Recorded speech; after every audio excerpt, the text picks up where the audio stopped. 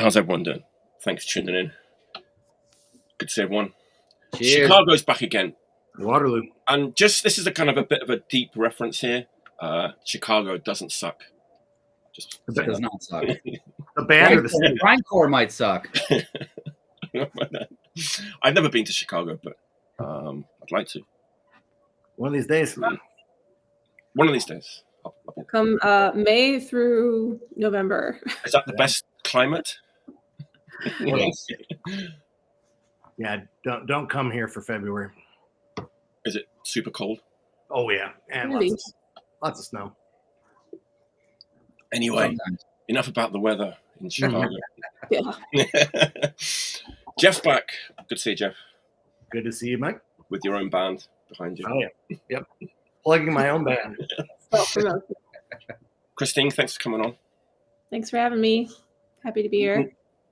And yeah, I said before we went online, I've been meaning to talk about that Daylight Robbery record. Maybe next week. I'll do it. I'll have to tune in. Jordan's back for the 10th time. Look, you're returning, Hey. returning Jeopardy champion here.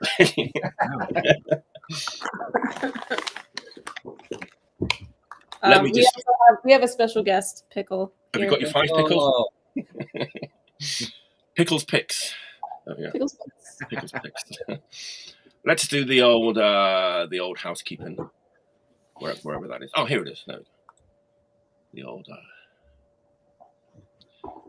like and subscribe. You don't have to. It's always appreciated. All right, should we get going? Yeah, don't curse till we're 10 minutes in. You know what? Someone told me that actually. I've been told that if you say something like a swear word in the first it might be even the first minute or 2 minutes. Okay. It immediately it gets bumped down on YouTube. Wow. And I've heard it from a few people. I think we're in the clear now, right, Jeff? Can we swear? All right, yeah, we're good.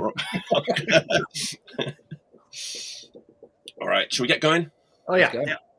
Let's get this thing. Let's get this thing going. So everyone knows the system. We've got 5 records each. We're gonna have a great time talking about 5 records. It's gonna be a great time. I'm excited to see what everyone's picked out tonight. Let's have a quick drink and then we'll get going. Cheers. Cheers. cheers. All right. Last week, I showed a new French record, Queer. Amazing record. I'm going to do the same thing again. Hey, here we go. Let me just acknowledge people are watching. Yeah. We got chat. We got Chat and everything. All the bells and whistles. It was only once we didn't have chat. It's not. Cheers, maniacs. Cheers. Cheers, Jesse. Cheers. Queer from France with the cover art that people don't like, or some people don't like it. It's the the shocking pink gimp mask. I don't have it by me, but Queer French band, new French band. I'm going to show a French record again. All right. First pick. It's new too. Do we want a build up? Should I just go straight? Into it? Let's do the build up. So, cast your minds back to 2022. A band from Bordeaux in France pushed the limits of what a D-beat record could be with their second 12-inch. In fact, it's kind of almost so far removed from D-beat that you could say that it's actually not a D-beat record. The band is Bombardment. The band is Bombardment. That's the band that I'm talking about now. When that record was crazy, I mean, it had the D beats, but it had a saxophone solo, and kind of clean guitars, and just things you wouldn't normally expect, on that kind of record, right? But some people from that band have a new band, and they push those things even further. And I want to say that this is even better than Bombardment. Might be a controversial statement. Who am I talking about? About this band. Faucheuse. Yes, and I looked up what it means. It either means a mowing machine or a mower, or it means the Grim Reaper. And I think this probably means the Grim Reaper. Take your pick. I don't know. So yeah. I'm gonna go with mower or mower.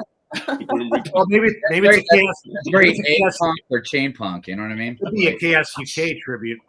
Yeah, No. and I even went so far as to look up the title. It's actually pretty cool. Rêve, Electric Dream, or Electric Dream, which is cool because like it gives a hint of like of certain things that happen on this record. So yeah, it's like the original singer from Bombardment who like wasn't on the record from last year. She's on the first demo here. Emily. And okay, just before I go further, every member of this band except Luke is in the band Monarch. Mm-hmm. So Monarch is like a French like doom metal band who are like a little bit experimental, not your typical like doom metal band. I kind of like it's helpful to know that when you listen to this record actually, because yeah. So take what Bombardment did and then push it into like new territories. You know, there's like Deep Purple, like John Lord organ solo on here. Wow. Like little kind of like electronic intros to songs. Pauses. They do like these like Fugazi. like yeah, it's like these pauses which you wouldn't expect on like this kind of record, and it works like really well. Like the guitars are clean again. The bass is pretty like rainy style, like all over the fretboard. But the best thing about this record, apart from like the songs, is the vocals. Just like incredible like vocal performance. It's just it's kind of like a little bit operatic at times, and it's kind of in the higher register. But it's like she has such an amazing range in her vocals that it just like it makes this record like stand out from any other record. Is it still a little D beatish, or is it completely off? The D beats are there, and they love like the mid pace. They love like the mid pace discharge style too. So there's like the mid pace songs, Nice. you know. It's not all like fast. Unbelievable. Just yeah, they're doing something new with a genre that you did not think something new could be done with, and it sounds amazing. It's incredible actually. Yeah, I will check this out because that's one of the reasons why I haven't like bought or gotten into any D beat in a long time, because I've heard I mean, it's actually kind of a disservice to call it a D beat record. Yeah. I would say it's like way beyond that. But like people are going to call it that because you know people like to kind of pigeonhole things. I know. There's the band on the back. 10 songs. Like B-side is the demo that came out. The demo came out last year, and at first I was like, look up a little bit disappointed. I kind of wanted like 10 new songs. So you get like 5 new songs on the A side and then 5 songs from the demo on the B side. But I don't have the demo, so you know, I don't really care too much. Was there a difference in quality between the? Well, you know what? It's funny. That's a good question, because when I was like listening to online on Bandcamp, I felt that there was right. It's like you can kind of tell. But when I got the record, not really. Just a little bit. It's almost unnoticeable, I would say. Yeah. It kind of flows. You kind of wouldn't know. If you didn't know, you wouldn't know, I want to say. Yeah. It flows as a full album. This is my album of the year, by the way. So far. Cool. Yeah. I saw that in some distros, and I thought it was electronic kind of band, which is kind of funny because Bombardment doesn't look like their artwork doesn't look anything like what it sounds like. I think they're just trying to do like the least like stereotypical things that they can do, right? Like with everything about this, it's just like doesn't scream DB, right? Yeah, and, not at all. That's actually Luke's handwriting. He has like the best handwriting in the world. That's his handwriting. Good job, Luke. Yeah. Looks a lot more 80s than That looks like 80s pop or like electronic. That is a really good observation, because I know that those guys are all into that stuff too. So they kind of injected that vibe into this too. So yeah, for sure, absolutely. Cool. Yeah, the Grim Reaper or mower.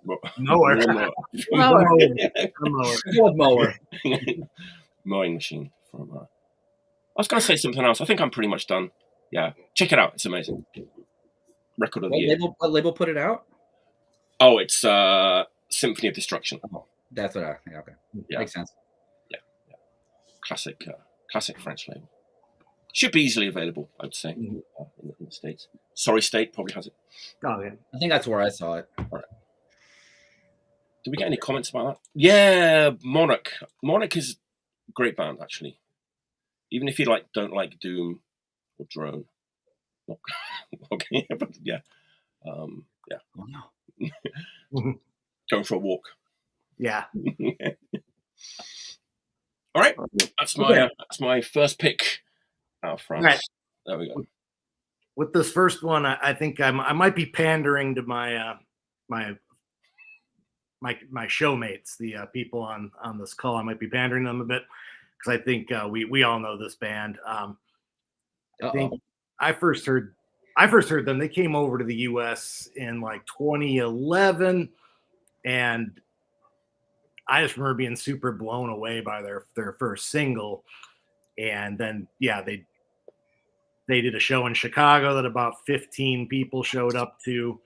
It was. But yeah, anyway, so I think everybody at least here knows this band. But I have been listening to it like a lot lately because they have something new coming out. Nice. Okay. Royal Headache. Oh, Nice. First album. Okay, self-titled. beautiful.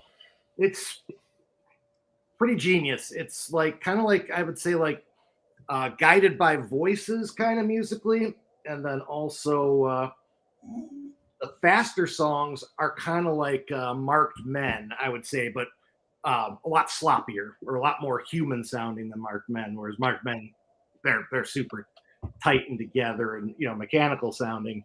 The vocals are sort of like, I don't really know exactly what to compare them to other than very soulful, I guess you'd say. Like, he's a soul singer. Let's say early Rod Stewart. I don't think he would be. No, I think that's right. That's I think he'll take that. He would take that as a compliment as well. Yeah.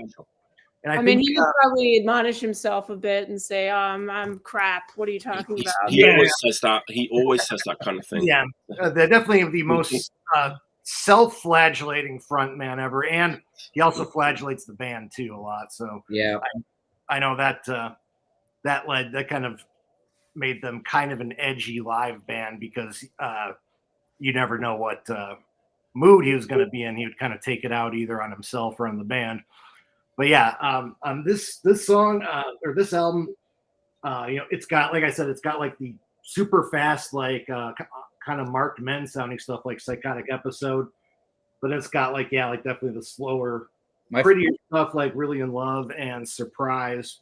Girls is my favorite. Girls is one of the faster numbers. Down the Lane is fucking that's a beautiful song. Yeah. Song. And the audio quality is shit, but in a good way. It is crap.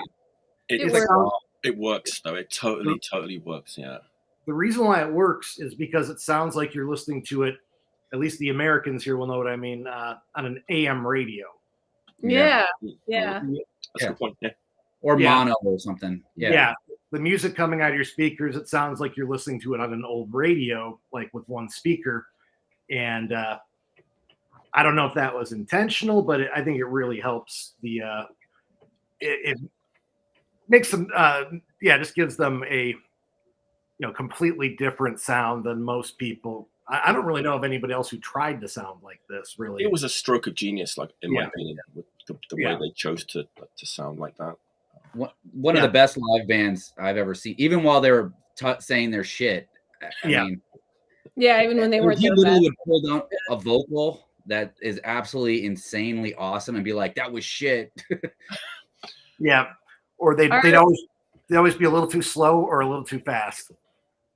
And our band played with them. Jeff and I were in a band, Dale Robbery. We played with them in Australia. And what was the name of that venue? It was the Imperial Hotel. Imperial Hotel, and there were like 500-600 people there to see them. Yeah, and a fight broke out, and that was like how their shows normally were in Australia. They're like really intense and kind of violent, but when you listen to the music, you wouldn't think that would happen at seeing a band like that. It was really something to see. The other thing I remember about that show was the entire band, except for Shogun, the singer, were on stage on time, tuned up, warmed up everything, and he didn't show up on stage until about a quarter after. They were supposed to go on, I think, at 10 or 11 p.m. and he just disappeared. And it just gives you an idea of what that band was like live. It was like always kind of a powder keg. And I'm kind of amazed that there was a fight at that show. I was amazed that there wasn't a fight amongst the band at that point. But yeah, great record. Their second record is pretty damn good too. I heard the second one first, and then like years later, I went back to the first one. It was a little tough for me because, like, for me, that second one is basically perfect. A perfect record. Yeah, perfect. Yeah, they had a pretty good 45 that Matador put out. Yeah, Eloise is one of my favorite songs that's on that record. It's so good. It's a beautiful song. That was the first song I think I ever heard by them, because I think they sent it to us when we set up that show at the Hideout for them way back in like 2011. Yeah, I don't remember. But yeah, and so their new record is like a live show. Yeah, let's get a combination of two live shows. Yes, at the Empty Bottle they played, and it was recorded, and that was a long time ago. Yeah, I think the new record is a WFMU live set that they recorded on their first tour, so pretty old stuff. And then the other side is, or the rest of it is that Empty Bottle show. Mm-hmm. And it's different live sets. It's got their best song. It's called So Low. Yeah. Which they never put on any of their records, but it's a fucking phenomenal song. Mm. So that song is worth the price of admission alone. I'm going to buy it, like, for sure. Yeah. Just waiting for him.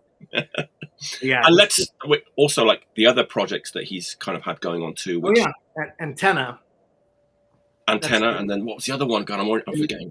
Shogun and the Sheets was one. Shogun and the Sheets, and there's another one after that. Yeah. Finnegan's or Finnegan's Wake. Finnegan's Wake. But he only sings on like half the songs, right? Yeah.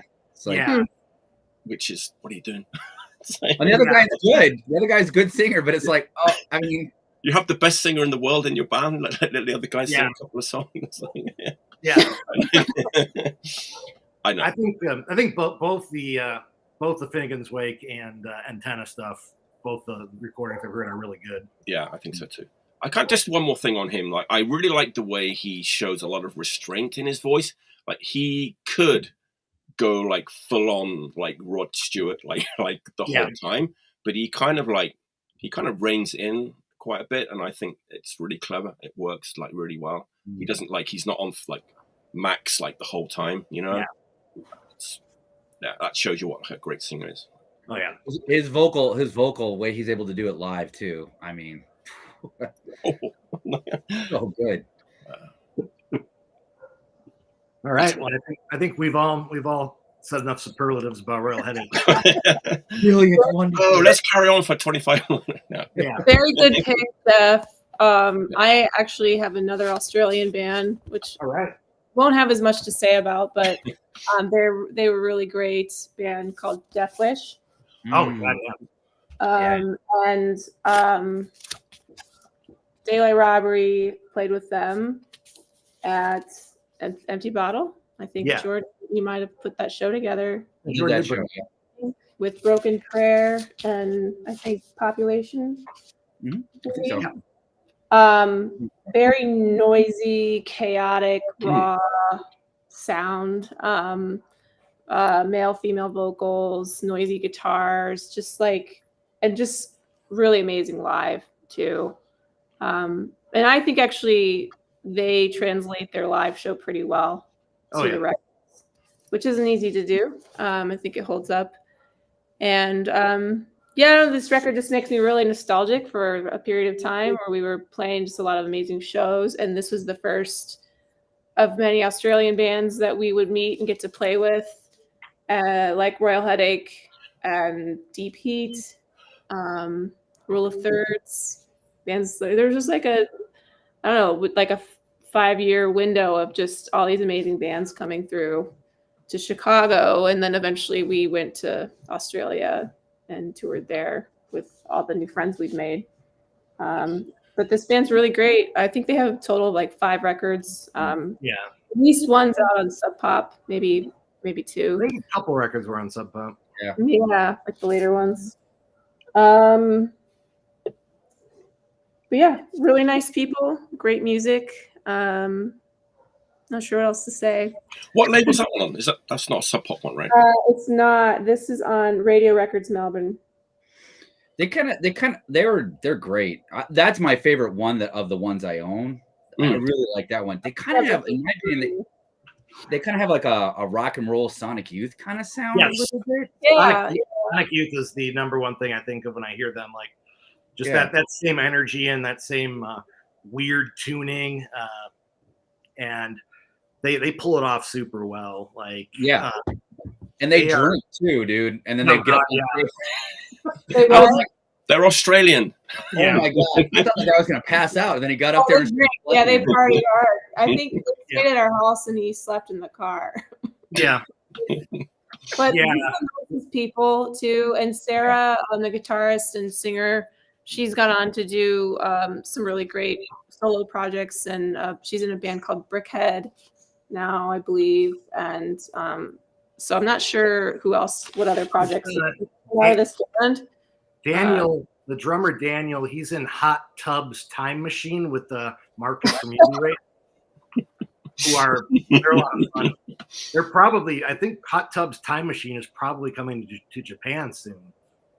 I'll be there. Yeah, it's Marcus and the drummer Daniel. Except Daniel, I think, plays drums and keyboards probably sometimes at the same time. Wow. Marcus just does the vocals. But it's just the 2 of them. It's just the 2 of them. They've got they have a couple releases on Trouble in Mind Records, the Chicago label. Oh, okay. I'll have to check that out. Yeah, you should. They're a lot of fun. It's like the movie Hot Tub Time Machine, but Hot Tub's Time Machine. Hot Tubs. Hot Tub. So they have great music videos. They're a lot of fun. Well, anything that Marcus is in is going to have great videos. Yeah, and just a lot of personality. Yeah, exactly. And I'm not really sure what the rest of them are up to, because there's Jensen, the guitar player. I'm sure he's probably in 3 new bands. I just haven't been keeping up. Yeah, he seemed like prolifically talented. And then Nick, was Nick the bassist? Yeah. I think he was also a singer too in the band. Yeah. I just remember him very tall guy. Yeah. They're all so nice. They're lovely people. This was also mastered by Mikey Young. Popular guy. There you go. 2011. So he gets it done. Nice. Yes. All right, that's a new one. To me, actually. So. Good. Yeah, check him out. Yeah, we'll do. All right. He's up. Jordan's up. All right, I actually do have an Australian band, but I'm going to save it for a little bit. Just a little bit. Because it's a little bit too much Australia. And then start strutting around like they own rock and roll. Keep them in check. Yeah. They did for a few years there. They owned it for a few years. They definitely, I think for about 5 years. They've been owning it again, though, recently. Yeah. I don't know. Yeah, anyway. Great country for music, too. So this band, this is a reissue that came out, but oddly enough, it's not a reissue of actually legitimate. Well, let me just put it this way. This band never actually put out a record, even though it's a seminal punk band from 1977. I think I might know what you're talking about. You might. This band originally started in Seattle, called the Tupperwares. Oh, yeah. And they ended up moving to LA, and they incorporated a very different sound and a very visual element to their whole presentation, which is one of the reasons why they never recorded a full-length record. However, they did record a demo. Their whole theory was they wanted to have a visual experience, and they wanted to make a movie basically, or a huge video record, instead of actually putting out a physical pressed vinyl record. Which is kind of revolutionary for 1977. And honestly, like not a real commercial way to like really get your music out too much. So they got bootlegged like crazy. But 2 years ago, Superior Viaduct in 2021, so I guess 3 years ago, actually did their demo and press it on record. This is a demo that they would only send out, I guess, to when they first started to get shows. All right, so I'm talking about. Yeah. Oh god, yeah, the best, like they were the best thing of LA in 1977, I think. Absolutely phenomenal. Yeah. And just to actually get a record, because I mean, for years, isn't that what his thing that for years I've been doing this, which is the demo 77 to 78 bootleg. That hurts my ears, that one. Yes, it's just not a great thing. Essentially, it's like them, you know, screamers, so essentially, like this was like some of their live material, mixed it with demo stuff, and just kind of like, I mean, it wasn't sanctioned by the band, but like you get so many great tracks on here. Yeah. And this they actually recorded it and got mixed and everything. Yeah. Is only 5 songs, and so like some of my favorite songs by the Wipers, like 22 Hours of Fear, Government Love Affair, and stuff like that, aren't on this. It's only 5 songs. You get Magazine Love, Punish or Be Damned, which is one of their best songs. Yeah. Anything, probably their most, you know, like the song that you could, that's not as weird as some of the other Screamer stuff. Matter Dolores, which that's also phenomenal. And then Peer Pressure to end it. But what a great reissue. It's really, really well done. I don't know if you can tell too much about the cover, but there's like drops of blood on the print. There's like some like tape, like you've stolen it from MRR or a record store. There's stains on it. Yeah, right. Gary Painter, the famous artist, does the artwork for it, the screaming guy. And then there's just really, really awesome like pictures of the band. And then it comes with like a little bit of you know, a poster. So it's just a phenomenal reissue. You know, just talking, you know, about like, and then their insert or the sleeve has a bunch of stuff written by the band members, and also a write-up by John Savage, the music writer, who writes a phenomenal history of like the band getting together, why they didn't record it, why they wanted a visual experience. There's a Target video where you see 122 Hours of Fear, which is absolutely amazing. That's probably the best way to, other than this reissue, it's the best way to hear the band too. Yeah. The Target video. And for those that don't know the Screamers were 2 keyboard band and a drummer and a singer.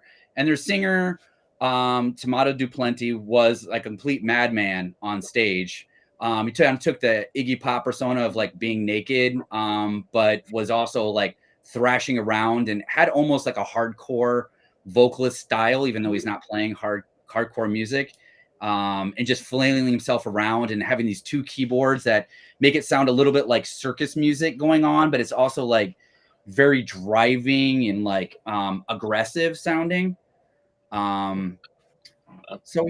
So that's the record that I've been really digging on. You can still find this record. I mean, I think even Sorry State has copies of it. Superior Viaduct definitely pressed enough of them. Cool. Yeah, I think good. Yeah, the thing that makes Screamers so good is that they got into it before drum machines were very cheap or easy, and so the drumming on that record is like the drumming on Damn Damn Damned or Music for Pleasure. Super, you know, busy, like really like a ton going on, and like hit, you know, just pounding the hell out of the drums. Wow. And so they don't sound like any other like new wave like bands that would go, you know, like they don't even sound anything like Ultravox, who might have been around at the time and were doing that, you know, a similar style of music. The only band that I could say from the era that kind of reminds me a little bit is Suicide from New York. Yes. I was going to ask you, is there any kind of similarities between Suicide? There is, though. I think Suicide is more of a band that's like that kind of keeps you on the edge. a little bit. Like it just kind of keeps you with this like kind of high tension kind of feel throughout it, but never really like explodes. And that's kind of what I think makes Suicide such a great band. Whereas the Screamers are kind of exploding more so. It's a little bit more abrasive, I would say, in a way. But their whole visual effect is I think it's kind of similar, though they're both around at the same period of time. Yeah. I don't know. I don't think that there was much of an influence per se between the two bands. Do you know who stole a ton of moves from Tomato Du Plenty was Jello Biafra. Watch a video of Jello Biafra after watching a video of the Screamers, and he just steals all of his moves, which, when you think about it, people going to see the Dead Kennedys in 1982 most likely would not have seen the Screamers, so he could get away with it. Sure, but absolutely, like all that, like that kind of stuff, like that. Yeah, Jello would do the same thing at those Dead Kennedy shows. And there's a quote saying that Jello said it was the best punk band to come out of LA, that it was one of their biggest influences for their band. But I don't think they sound like the Dead Kennedys at all. But definitely manic frontman. Like any of the videos you see of them live, it just looks insane and awesome. I've never heard them. Never heard the Screamers? No. Very good. Yeah, definitely. Yeah. Intensively. Making me want to revisit those videos, Jordan, and to track down a copy of that. Yeah. Because I'd never heard a good recording of them other than just seeing. Yeah. That's the problem. Is that other LP that you held up. That is that demo 78, 79 or. It's a demo 77, 78. That has the worst tape hiss on it that I've ever heard in my life. Yeah, there's a lot of back noise. Yeah, it's like a tape of a tape of a tape of a tape of a tape of a tape. That's how poor the and it sounds like it was a great recording at one point, but it got taped. It got taped over. It got copied, dubbed so many times that it just sounds like garbage. I like the cover of that bootleg record, though. Yeah, it looks cool. I kind of like this that they actually kept more of the background for it. But yeah, I mean it's a great visual. That Screamers like logo is, I mean, that's phenomenal. Yeah. And that's the feel of the band. You know, it's like like sticking your finger in an electric socket, and that's kind of what the band looked like, kind of as well. So yeah, that is what the singer looks like, definitely. That's funny because I only heard like Suicide for the first time recently as well. So I'm way behind on all this stuff. But Screamers. Yeah, Screamers are definitely a punk band. Even if they use like keyboards, they are like a straight ahead punk band. Cool. All right. Round one. 33 minutes. Not bad. Not bad. Thanks, everyone. Good evening, Cleveland. Does anybody have a favorite one-man band from Cleveland? Was that Mr. California? It's not that. Yeah, that'd probably be my favorite. I the only one I know. I don't know how many there are, but he's my favorite. Yeah. He put out a new record. It's actually Ian Orizaga's favorite album of the year, he said, so far. Wow. We played with Mr. California, right? Daylight Robbery, right? I think we did. Probably now that's Class. Yes. California. Or maybe like Ronnie's or something. I'm not sure. I could look. David cataloged every show. Yeah, I think blog that lists every show we ever played and where and who and. Now that's classed as a pretty safe bet. You ready for some heavy metal? Oh, yes. Wow. 9 Inch Nails.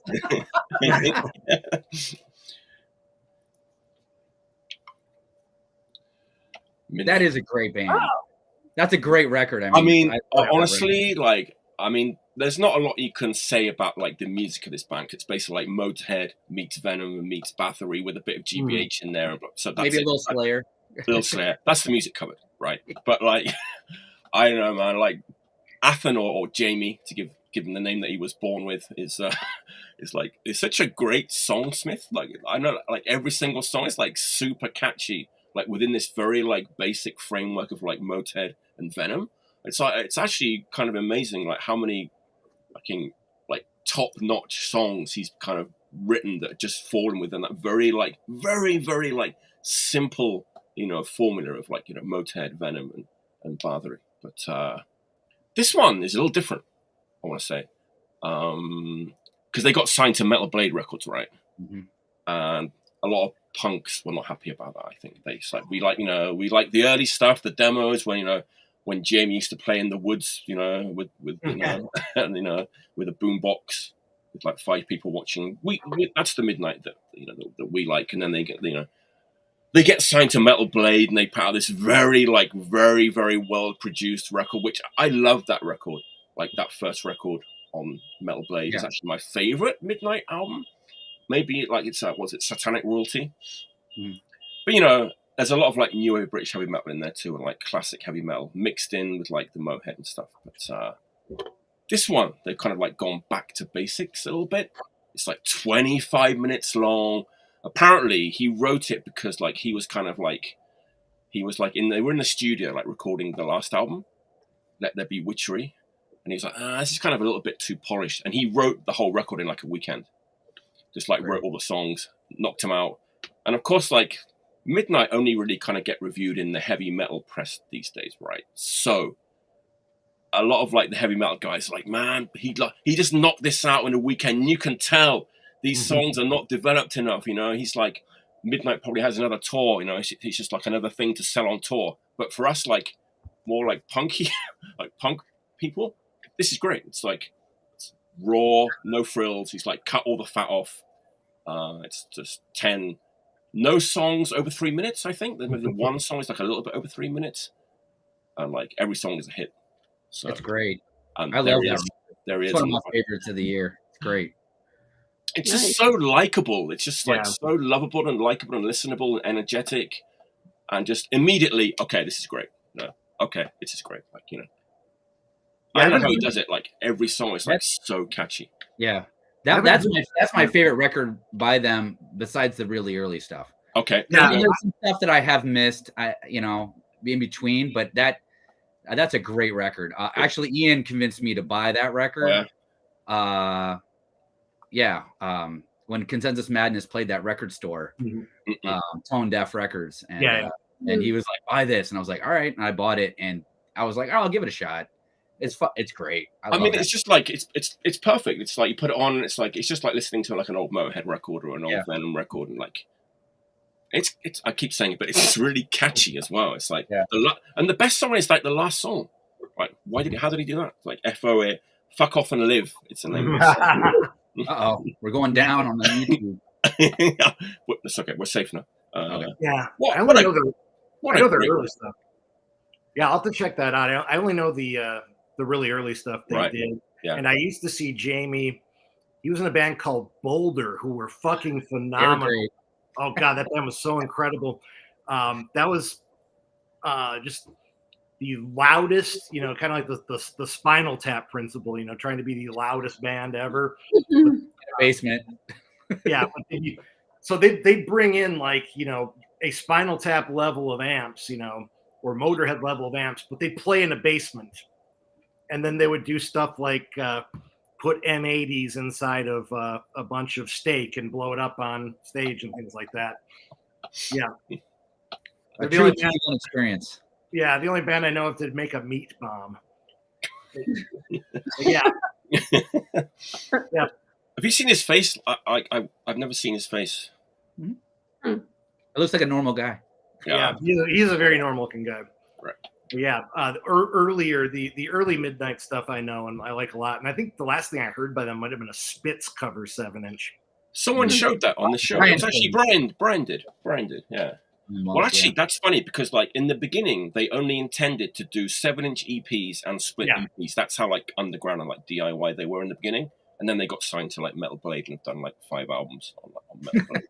And touring with like King Diamond and stuff, right? Or Merciful Fate and Danzig, right? That's where I last saw them. That was a little bizarre, but they were awesome. This is my last word on this. This is actually more of a D-beat record than this. Yeah, there's like D-beats all the way through. There's some D-beat on that Midnight, yeah. And some GBH and all sorts of stuff. There you go. That's my second pick. Great record. Love it. Nice. Yeah. I have to pick it out. Yeah. All right, Mr. Rice. This next band, this is a band that I would always read about as when I was first getting into punk and hardcore. I'd always read about this band and see them referenced, and they were like Henry Rollins' favorite band, and like Ian MacKaye and Brian Baker loved them, but I could never find their goddamn records at the store.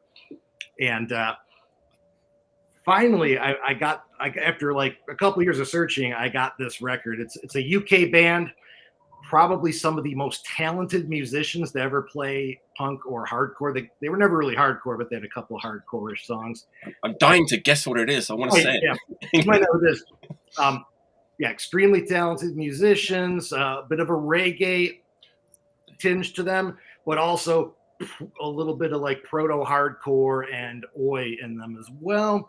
It is Grin and Barrett. There you go. Ruts. And this is a kind of odds and ends collection that they've. Right. Now, Mike, you might know. Did this come out after the singer died? No, it came out. I'm going to say before. If I'm wrong, let us know in the comments, because I remember like buying that like really early on, like when it kind of came out. So but it's like a Who odds and sods kind of thing, right? It's like B-sides and stuff like that, right? It's got some of my favorite songs on it, like obviously In a Rut and Staring at the Rude Boys. Also, there's Peel Sessions on here as well. Demolition Dancing is a great track. The Peel Sessions Ruts record is phenomenal. The Peel Sessions tracks on here sound better than the stuff on the Crack, I think. Right. Yeah, easily. Like it's the production values are super high and the band is incredibly tight. And it's got their first single on it and a couple more singles and then some live stuff. But this was the first thing I ever heard by them, and it's kind of why I chose this one over the Crack, because I couldn't find the Crack until like I literally went to the UK and bought a copy. Oh wow! I got a real beat up copy of it.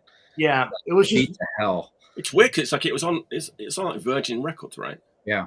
I think what happened in the US is that it was just such a good record that whenever it gets out on the shelves, people would grab it. And it's got a super. Both of their LPs, this one and the Crack, have really super distinctive covers. It's called the Crack. Yeah, Crack. Yes. Crack. The Crack. Like the studio LP is called the Crack, right? And that one's Grin and Barrett, which is like. I don't know this band. Are they called Ruts or the Ruts? The Ruts. Oh, yeah. They're a UK band. What city? I think they're from the London area, but they're like a little bit like that kind of like 78, like 79, like a slightly later period. Like they weren't like first wave punk, right? They're like so like their first single, In a Rut, it's fucking phenomenal, but it's like a proto oi song. It's almost like an oi song. Same with the B-side HIs, are like, it's not as stupid as Blitz, but it is pretty dumb sounding. HIs is almost like a hardcore song, I want to say. Yeah. And then they have a song on this called Society, which is a hardcore song. Yeah. Like it's even got the hardcore beat. All right, London. The chat knows. Sorry, there's a little bit of a delay with the chat, so don't be surprised if someone says the Ruts like 2 minutes after you. Like, And thanks, Daniel. Yeah, even though the Crack is sort of the definitive record by them, this one has some of my favorite songs on it. Phenomenal. And it was definitely the first one I was able to get by them. And like I said, it was like the DC hardcore scene's favorite record. Like all those. Well, there was that one, and I thought you were going to either show that or you're going to show the Empire LP. Was another one that I thought you might show. Yeah, like you can definitely hear some of the Ruts on that Out of Step by Minor Threat, and definitely in Fugazi, definitely in Dag Nasty. Yeah, Dag Nasty did Staring at the Rude Boys. Yeah, actually pretty well. Actually, very good. Yeah. So anyway, if you.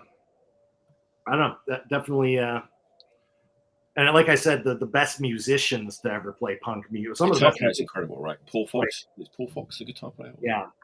The guitar work, the drumming, the bass, everything's top notch. Which is funny because when you hear their first single, you would never think that these guys were any good. They were good at their instruments. They did a reunion, right, in London. Yeah. Forgetting how many years ago was it? Guess who sang? Rollins. Yes, he did. Yeah. Yep. Yeah. Henry Rollins. He has the full. He has the full artwork, cover. Right? He bought the original painting, right? Yeah. He has that on his wall. Okay, I think that's all I have to say about the Ruts. Classic band, classic records, like flawless discography. Although they've been going as like Ruts DC now. In fact, they still are, right? But that's like after the singer, right? They changed the name. That's right. DC. Yes. Yeah. The Ruts. All right. The Ruts. The Ruts. I've got some homework. There's some good bands I need to check out. You'll love the Ruts, I think. Yeah, absolutely. Sounds like it. This next record I'm going to talk about is a band that I always kind of took for granted and thought was kind of a joke until my early 20s, and I heard the first 2 records, and they ended up being a pretty influential band on me and my vocals, and with my partner too. There's just like still like one of our favorite records, and that's the B-52s. Oh yeah. Hell yeah. Hell yeah. Came out in 1979. Every song is good. Where are they from? They're from Athens, Georgia. Yep. If you have never seen them live, they are still active and playing, and we just saw them in April, and they're pretty great, and they play all the old hits. We had the best time. They're technically like a new wave band, but a self-proclaimed party band. Definitely. But you can't not have a good time listening to this record, and the second record is pretty great too. And the third record has a few good tracks, but as it goes, there's kind of less and less songs that I cared for. Yeah, really great record. Jeff and I, we covered 52 Girls in Daylight Robbery for a period of time. Did you really? Wow. Really fun. I've always wanted to do a Halloween cover band. Love B-52s. It'd be hard. It'd be really fun. Huh? You have to get really good wigs for that. Yeah. Especially you. Beehives. Beehives. Yeah. Yeah. Everyone in the band's still alive, except for sadly Ricky Wilson, who was the guitarist and brother of Cindy Wilson, the blonde singer. And he's an incredibly good guitarist too. You don't really flashy at all, but he plays really interesting, really weird style that I imagine would be hard to imitate. Like have you seen? There's a bunch of videos of them playing in Athens in like 1977. Yeah, it's incredible. They're fast. Like they slowed down. It's sort of like the Go-Go's. They slowed down for that album a good amount. Just like if you hear the early Go-Go's recordings, they're way more amped up and faster. That's how. You watch these black and white videos of the B-52s playing a bar in Athens, and they're just totally ripping it up. And I had no idea that they played that fast at some point. Yeah. Really great to see the older stuff, their older performances. They have some great SNL performance, or at least one that I've seen from that era. And yeah, they're still great. So really influential band for me. It's funny because like for me, like I first heard them with like the Love Shack era, right? Love Shack and like and Rome. They were like huge hits in England, so you'd hear those on the radio like all the time. And I didn't really know about like the older stuff until a bit later. But I think that those are good songs too. But like, what's that? They are. But yeah, I agree. It's like once you dig a little deeper and like hear the early stuff, I think it holds up pretty well, and it's been pretty influential to me, and I still listen to that record in particular like all the time. So, what's the singer's name? The guy, Fred. Fred Schneider. He's a bit polarizing. You either love him or you hate him. No, like Tony from like Celebrated Summer, like he came into his store like a few weeks ago, and like just was hanging out and like buying records and stuff, and said he was a really cool guy, just really down to earth. And it's always good to know. That's nice to hear. Right? Yeah. You took a picture with him, of course. Yeah, there's entire stretches of B-52's records that he doesn't sing on too, like the. He just gets the party started. That's his. Yeah. He does have like a little bit of a Jello Biafra thing going on. Yes, he does. Yeah, he does. Live, he's like playing like on Planet Claire, that sound.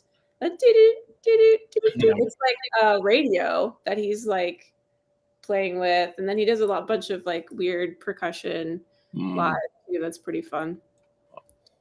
Yeah, Kate Pierce's vocals are some of my favorite. Listen to her song. Yeah, Candy. Oh, it's so good. Candy. Yeah, her voice is still super strong. It's great beautiful. Vocals. Yeah. Great. Good comment. Yeah. Wow, a couple of classics in a row. Yeah. Feeling the pressure now.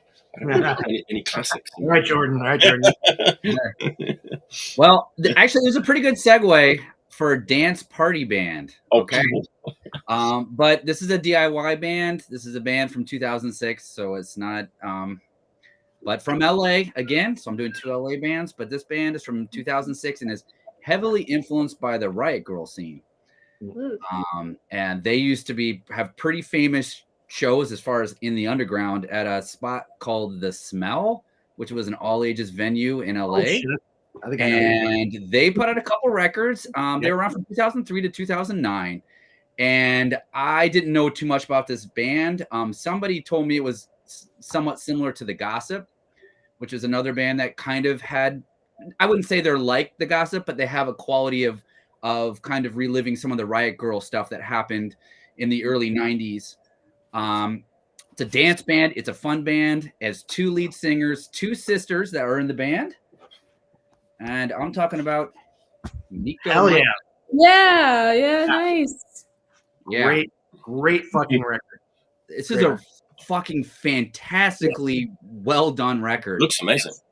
It looks amazing. It's an all women's band, though. I guess the original drummer was a male, but this record came out. They got a new drummer. I forget her name off the top of my head. I guess I can look. Kate Hall plays drum on it, and there's just all sorts of crazy percussion on this. Plays like a block sometimes, or someone plays a block. There's like organs on it. There's some like very lo-fi garage rock songs on it. There's dance songs that are very similar to like La Tigra on it, I would say. And then it'll go right into a garage rock song, and they do this really awesome. The 2 women singers do like a really awesome job of overlaying each other and like going back and forth. And one's like a little bit more aggressive sounding, and one of them's a little bit more melodic. It's just an absolutely great record. One of them sings through a phone. They sing through a telephone, right? One of them. I don't know if they always sang through a telephone, but their poster has them singing through telephones. Yeah. There you go. Yeah. When I saw them play a few times, and they were definitely singing through phones. Interesting. It was a great stage prop. Yeah, and supposedly their live show, I mean, there's a lot of people that say that their recordings don't live up to their live show. I don't know. This record is freaking great. Yeah, that lives up to it. That record definitely lives up to it. So this is their first record. They had a second LP, and then while doing research on this, I guess they have a greatest hits that came out. I guess just last year. So I ordered it. Because I was like, I'm gonna get their stuff. They have a couple EPs that came before. Yeah, they have a 12-inch EP called 666, I believe. Yes. Yeah. Which was really good. But this is probably my favorite stuff that I've heard as far as, the stuff that's closest to me at least. The name of the album, which I don't know what this acronym stands for, it's CYSLABF. Yeah. I looked it up, and all it did was go to like 666 references, so I really honestly don't know. But it came out in 2006 on Post Present Medium and also Kill Rock Stars. Okay. Kill Rock Stars isn't on the back of the record, so I don't know if they just did like the distribution for it.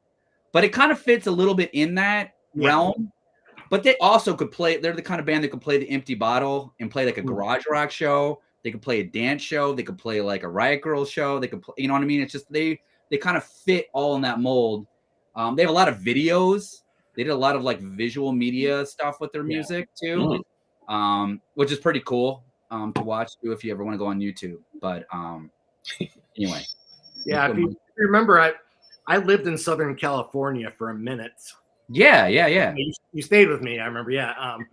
They were around when I lived in San Diego, so I did get to see them a few times, and I saw them in Chicago also.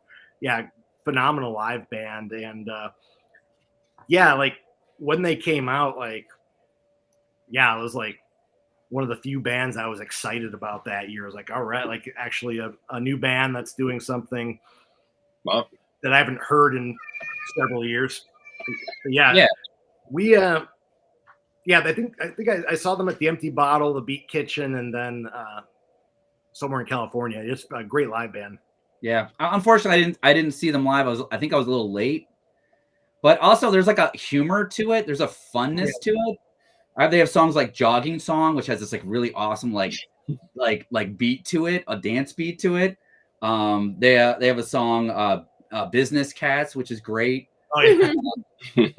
My favorite.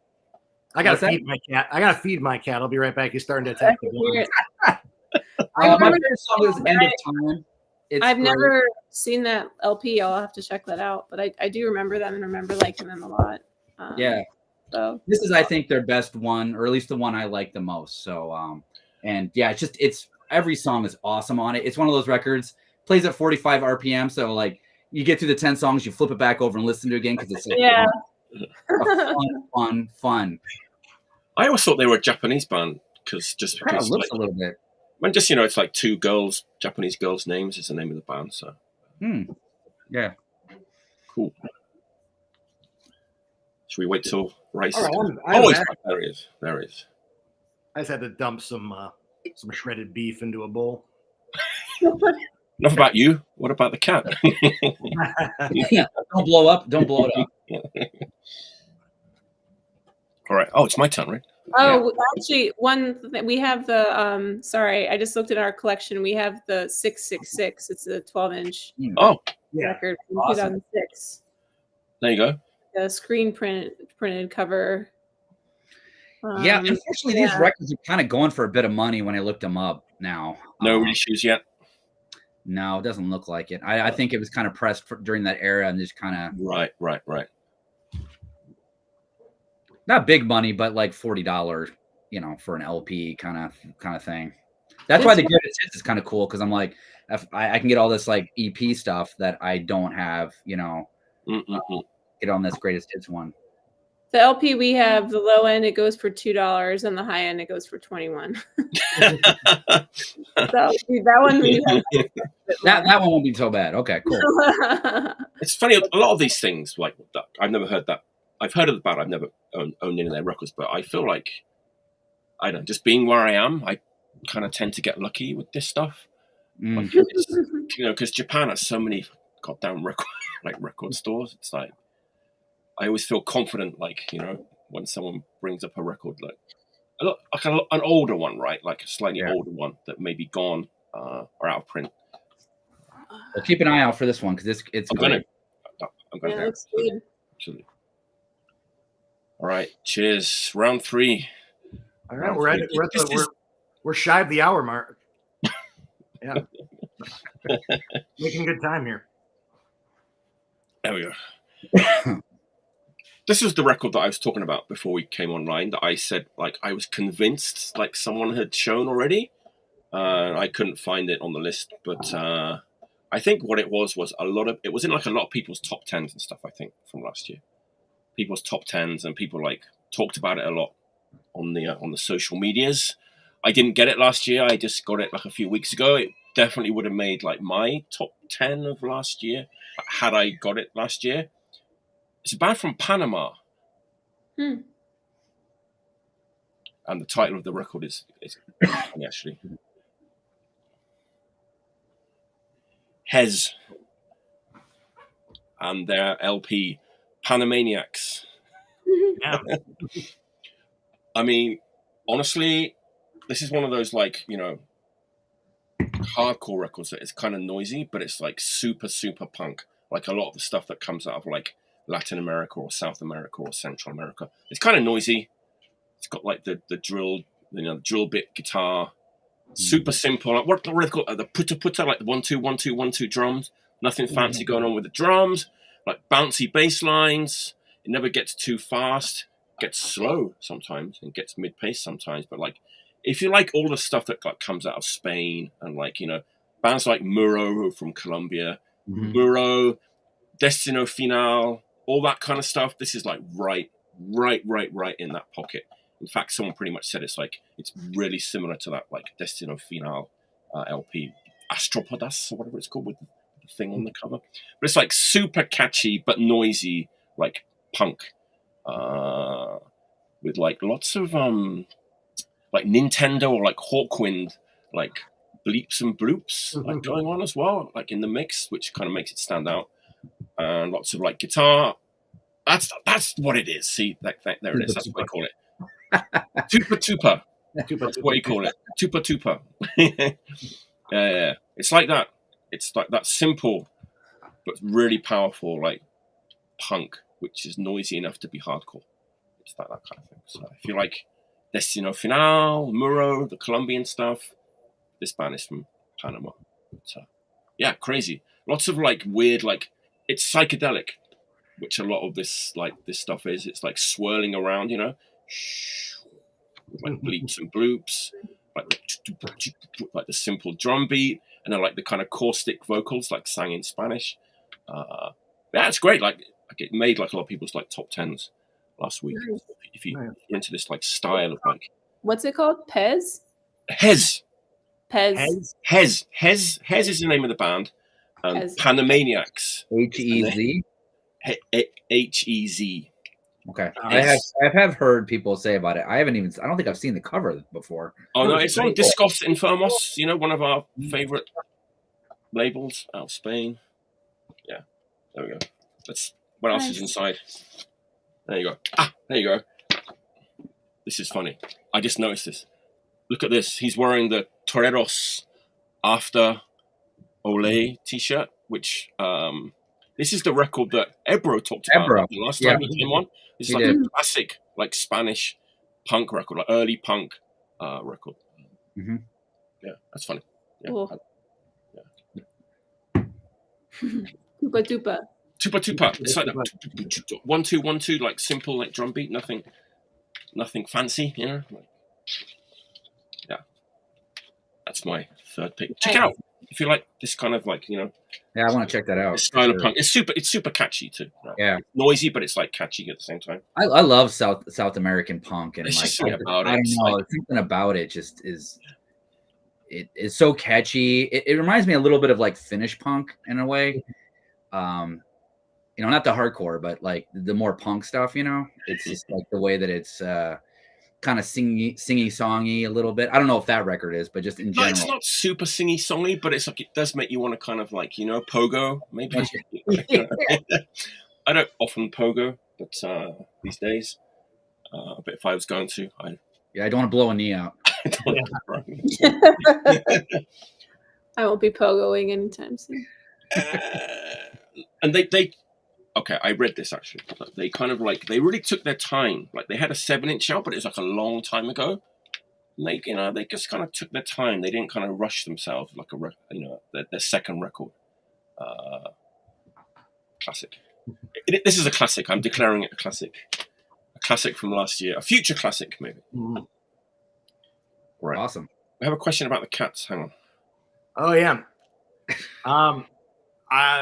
My cats have definitely attacked Punch in the Face Records because they do the thing. They claw at the IKEA Expedit. Like that. It's fancy. Like this thing is their this thing here is their scratching post. So yeah, like I've definitely had some records get shredded by cats. Several that I've played on. Those are the ones they go for first. Yeah, those business cats are such critics. But I think it's because I have multiple copies that they're the ones most likely to get scratched. All right, what's your third picture? Oh, okay. Number 3. We're gonna go back to L.A. This time a little bit later than the Screamers, but not that much later. This is one of the most ridiculous, kind of embarrassing bands. When I first heard them, I would just laugh at the vocals, and the lyrics are just so atrocious. But what I found, so a friend of mine put some of their songs on a tape for me as a joke. Like we would make purposely bad mixtapes for each other, and but then after a while, I was like, yeah, these lyrics are incredibly bad, and the vocals are so ridiculous and awful. These riffs kind of are pretty killer. And so, yeah. So after making fun of this band for maybe a year or two, I got really into their first album. So yeah, this band is a gothic band, but they do have a very strong connection to the early 80s LA punk scene. I'm speaking, of course, of Christian Death's. Yeah, there you go. Okay. The vocal drives me crazy. It's like Guy from Fugazi, like on acid or something. Yeah.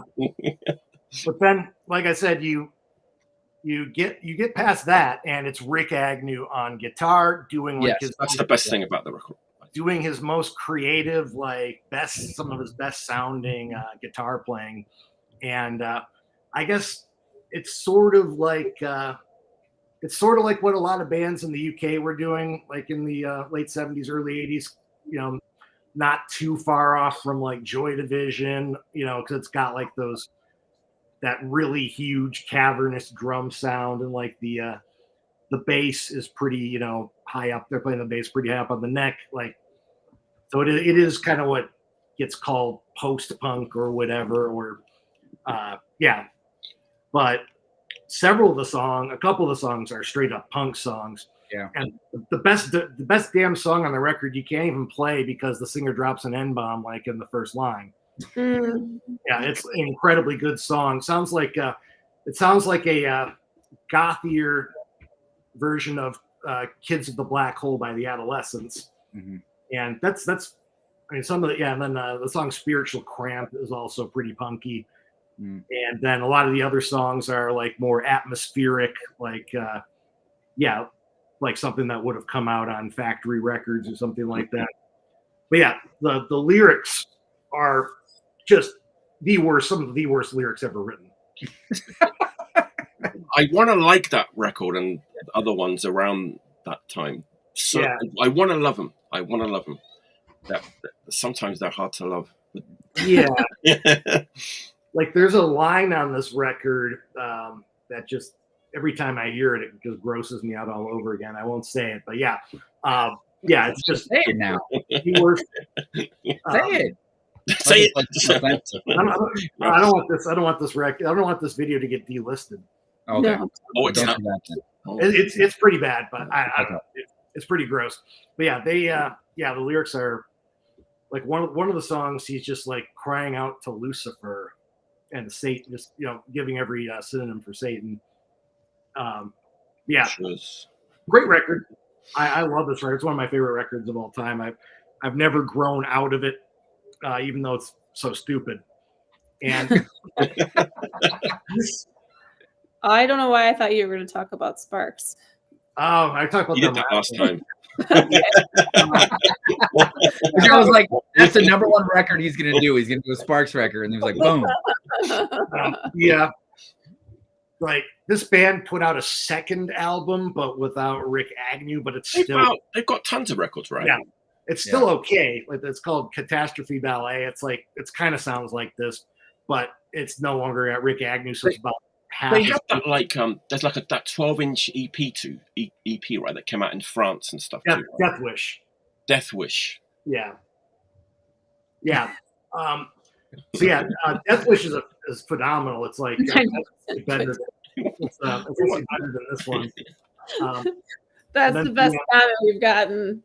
Oh, there's that one, and there's another one that's pretty. And then they totally pulled a Napalm Death. After their second LP, there's not a single original member. Yeah. Like, I used to have a whole bunch of those band, but they used to have the sound basically. Yeah, like Roz Williams is like the singer. He's out of the band after like their second or third album. They just kept going and going and going, just with that name, but a completely different lineup. And I used to have like a cool name. Yeah, and they pretty much got hijacked by another LA band. I can't remember the name of the LA band. Somebody in the chat might know it, but there was some like new wave LA band that Roz Williams just replaced the entire lineup with this band, and then that band kicked him out or something, or he got tired of being in it, and then they just continued being Christian Death, and that band's even worse. Will Faith, wasn't he in Christian Death? Do you know him? He's in Chicago. William Faith. Yeah, he was. Yeah, he was in Conflict also. Wow. What a resume. What a Conflict. Conflict and Christian Death. Yeah. Wow. Yeah. I used to eat at Handlebar with William Faith all the time, and he's a lovely man. I found out that he was in both Conflict and Christian Death, which is pretty impressive. These are the things. These are the little nuggets that count. Enjoying a vegan sandwich at the Handlebar. Yeah. Christian Death, great LP. They're only, other than that Death Wish 12 inch, it's their only good record. The worst vocals ever recorded, but the riffs are just heavenly. So yeah, heavenly riffs. Yes. Nice. All right. Anything else about Christian there? Tough act to follow there. Tough act to follow. I'm going to follow with a UK band, back to the UK. Nice. Cool. 1980 release. This is their first record, and I'm going to go with The Sound. Oh, yeah. Yeah. Hell yeah. That one hasn't been shown. We've had other sound records, but not. I showed a sound record. I didn't see it listed in the. It's not. We've had other sound records, but not that one. Oh, okay. I did the Hot House. Yes, yeah, live record, but that was it. This is the only other one. Yeah. Yeah. Great bands, great record. Adrian Borland, I guess I found the singer who died in. Was it like 1999, maybe? Yeah, he killed himself, right? Yeah. I guess there's a documentary on Vimeo about him that I just found. Have you guys seen it? I've got it saved in my bookmarks. Yeah. Sorry, I'm diverging from the actual record itself. That's fine. Post-punk band from the UK, really dark, moody, brilliant lyrics. My favorite song is the first song, I Can't Escape Myself. Oh God, yeah, that's a great song. But every song is good. This record to me is pretty flawless. Perfect, pretty much. And really holds up. So big fan of this band. Come back to it a lot. I have a bootleg screen printed T-shirt from Ashley Holman. With that design on it? Yeah, and then it has like their faces on the back. But yeah, there's not much in this. There's no lyric sheet or anything. It's just an insert with like the photo. I have all my sound records just down on the floor here. Man, what an amazing band. I love how that record, the recording is so raw or like lo-fi compared to their later records, and it gives it a special charm. The funny thing about that record is it's like The Professionals. Like that wasn't supposed to be their first LP. Mm-hmm. There's another one they recorded before that didn't come out at the time. Mm-hmm. But you can get it now. Propaganda. That was supposed to be their first LP. Oh, no, I didn't know that. That's even like rawer. Propaganda. Yeah, that's really worth getting if you can find it. Yeah. And that's I think they got reissued. I think their entire catalog got reissued in the UK. I think 3 or 4 years ago, which was great because even though it was expensive to get them shipped over here, I definitely was able to get that Propaganda LP, get that. The live LP. The live LP. I'm forgetting the one with the lion on it. That's also really great. The Lion's Mouth. From the Lion's Mouth. Yeah, I think we have that one. A lot of people say that like that's their favorite. It's hard to choose. Like it's funny because like I came in with like their 4th LP. Is it The Sound of Daylight or Hands and Heads and or whatever? But so I started with that one and then kind of worked my way backwards a little bit. But man, they're all so good. All the records are so good. That was the first one I heard, and I fell in love with that. I first heard that and the Cold Beat single, which is that record so good. Because he had a couple of bands before, like before The Outsiders. Yeah, the Outsiders. Calling on Youth, which is like a kind of more like a 77 punk. Yeah, kind of I like this better than the Outsiders. Me too. Yeah. Yeah, the thing I love about Jeopardy, is like it's still like super aggro. Like I Can't Escape Myself is just this like super tense song, like one of the most tense songs ever. Yeah, they keep it together super well, and then like they're still playing like. They've got a lot of textures, a lot of atmosphere on that record, but it's also just still really blunt, really aggressive punk. Yeah. If we're going to sort of say like bands that were kind of denied a more popular career and like mainstream success, that would be like my number one. Yes. Of that list. Fucking U2 ripped them off so much. It doesn't really make sense. I mean, they were label mates for like Echo and the Bunny. We've talked about this before, like why. Yeah. I actually made a whole video about it, like by myself. But it's like why is the Cure more popular than them? Why? And we've kind of sort of, tossed things around. I mean, they were on the same label as Echo and the Bunnymen at the time, and all this, that, and the other. But they just never. They were big in Holland, right? Yeah, they were super big in Holland. Yeah. When I was reading up about the record, it's just like it's hard to know why some things take off and other things just become obscure or have like a cult following but never have like commercial success. And it's so much of it is luck and timing. Like with Adrian Borland was like a difficult guy to kind of work with, and he wasn't like an Ian McCulloch.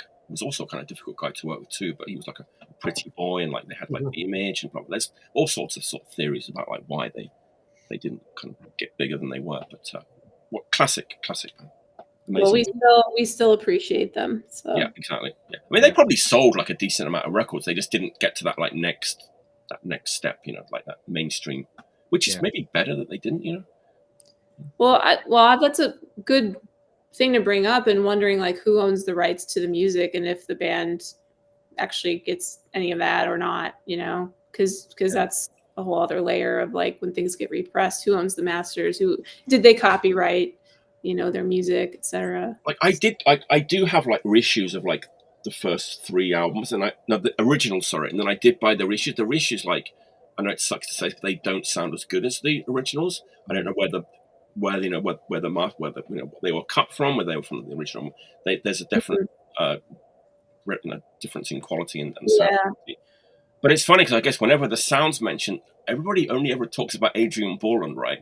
Nobody ever talks about any of the other guys. I don't even know the names of any of the other guys in the band, right? Yeah.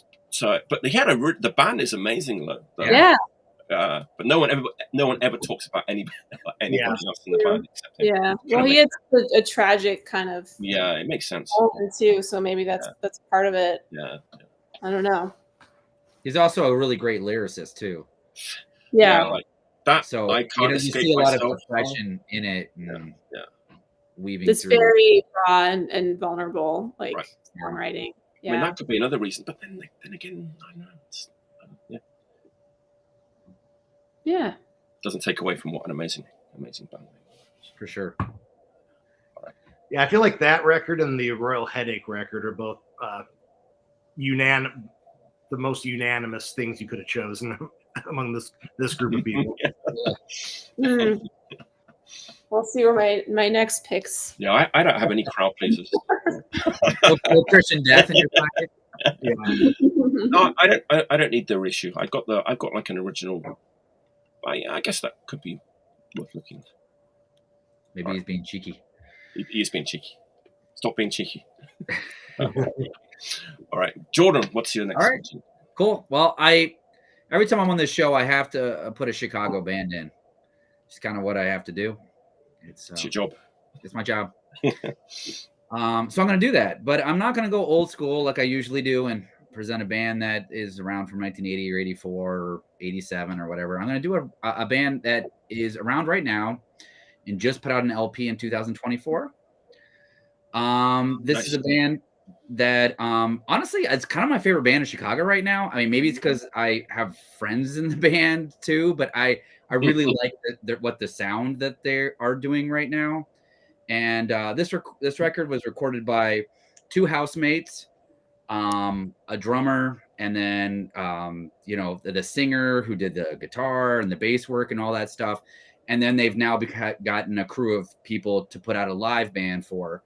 But they put out this record, and I love this record. It's kind of like, in a way, has some oi elements, definitely, but it's more of a hardcore punk record with oi elements, like you might find with they don't sound like Negative Approach, but in that vein of like a Negative Approach or the Effigies, or in that kind of vein, I would say. And I'm cheating a little bit because I did present a record by this band once before. Okay. Not record, but the same band. But I was really drunk, and it was my fifth pick, and I ended up talking to Al Green for like 15 minutes or something. Okay, great days. Yeah. So I want to give this band their just due, and I want to talk about Lost Legion. Nice. Yeah. So everybody here has probably seen them or know them. Well, maybe not Mike. You know that I'm on that Bridging Electricity. Logo cover. Yeah. Yep. You sing on that, and I showed that record. But then I basically showed it, and then we talked about Al Green for 15 minutes. For some reason. That's my only connection to the band. But other than knowing them. But I haven't heard that yet. I'm excited to hear what you have to say about it. Yeah, it just came out. It came out from that label, and I'm going to try to pronounce this correctly. Menduku Discock. Anyway, it's a label that Daniel, can you say it correctly? It's either a Spanish label or a Basque country label that does a lot of oi, hardcore oi, punk, and it's a really prolific label. They've been putting out a ton of different stuff. So this band, Ian and Dave, the drummer and the singer, wrote all the music for it, like I said, and got the band together to play these songs live, and it's just really, really great. It doesn't sound like the Effigies, but it has that feel of being like a punk hardcore band with oi instead of the oi taking over. It's just absolutely great. They have a song called "The Animals We Used to Be," which is just it's just a great song. Just very anthemic, and it's there's some background like ahs and stuff going on that's very oi specific, I guess, in a way. But it's just really catchy, and there's really good songwriting all throughout it. Silhouettes in the Blue Light is another song that really I think kicks it out of the park. Staring Down the Valley is also a really great song. So anyway, I just really like this band. You should go get it. Just came out, I think, a couple of months ago. So nice. A lot of cool art. Drug did the artwork. Drugface. Well, that's his art name, but the guy from Kulo and guy from Kulo, right? Yeah. The guitarist, and he's in Maneaters now, so he does a lot of really awesome Nathan. Yes, yeah. So Nathan, that's his art name is Drugface, and then but he does a lot of really great stuff. There's a lot of cool artwork. There's some sort of skin, kind of hey everybody. With candles and stuff, and there's a poster, and it's a little much, but it's great to have, and it's just really catchy, anthemic, hardcore punk oi, from Chicago. Nice. Ian puts his heart and soul into everything he puts out too, so it's pretty always top notch. Yeah. It's beefy. It has a little bit of Criminal Damage element in it, and that it doesn't sound like Criminal Damage, but it has that like melodic but like pushing drive that's like a little bit more punk than I would say than like a typical like Foreskins per se or Templars. You know, it has more drive to it. More drive, yeah.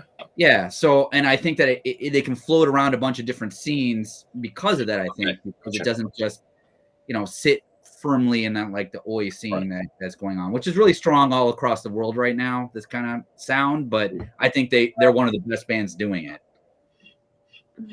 Nice. Beautiful. Cheers. Cheers. We were talking about fig trees, right? Yeah, figs. Yeah. Cast your minds back. Pre-show banter. Yeah, fig trees in Portland. So Portland. I'm going to Portland for my next right. week. So if I was to say like this is not a super group, but it's kind of made up of a lot of people who are in a lot of other bands in Portland, and you might be thinking, it's going to be crusty, you know, being from Portland, like a lot of people from different bands. It's not Tragedy. It's not going to be crusty. There's, you know, other things going on in Portland apart from tragedy. Very true. Right? Great. Anybody? Did anybody like the Exploding Hearts? Oh yeah. Okay, then you're all in with this one then. Here we go. We're going in with this one. Okay, so let me go through the members. I want to make sure I get this right. So we've got Terry Six from the Exploding Hearts. He's in the band. We've got Gabe. His name's Gabe from the Riffs and Death Charge. We've also got, maybe most surprisingly, we've got Colin, who is now the singer of Long Knife. Oh, okay. He was in this band but played bass. It sounds like nothing like any of his bands, really, but it does sound a lot like Terry Six's other stuff. This one might be a bit obscure, and I kind of hope it is, because if you love the Exploding Hearts and that kind of glammy power pop thing, you're going to love this one. Any guesses? It's the Nice Boys. Oh, yeah. Nice Boys. Huh. Nice Boys. It's the Nice Boys. It's the Nice Boys. Look at that. There he is. There's Colin from Long Knife back in his Nice Boys. Such a nice boy. They had a single on Dirt Nap. There you go. Oh, This record isn't on Dirt Nap. It's on the Birdman Recording Company, which could be a nod to Radio Birdman. I didn't check out what other stuff. I mean, if you like the Exploding Hearts, if you like glammy power pop, the Boys, the Raspberries, Cheap Trick, Badfinger, Nick Lowe, the Flaming Groovies, this is what you're going to get with this.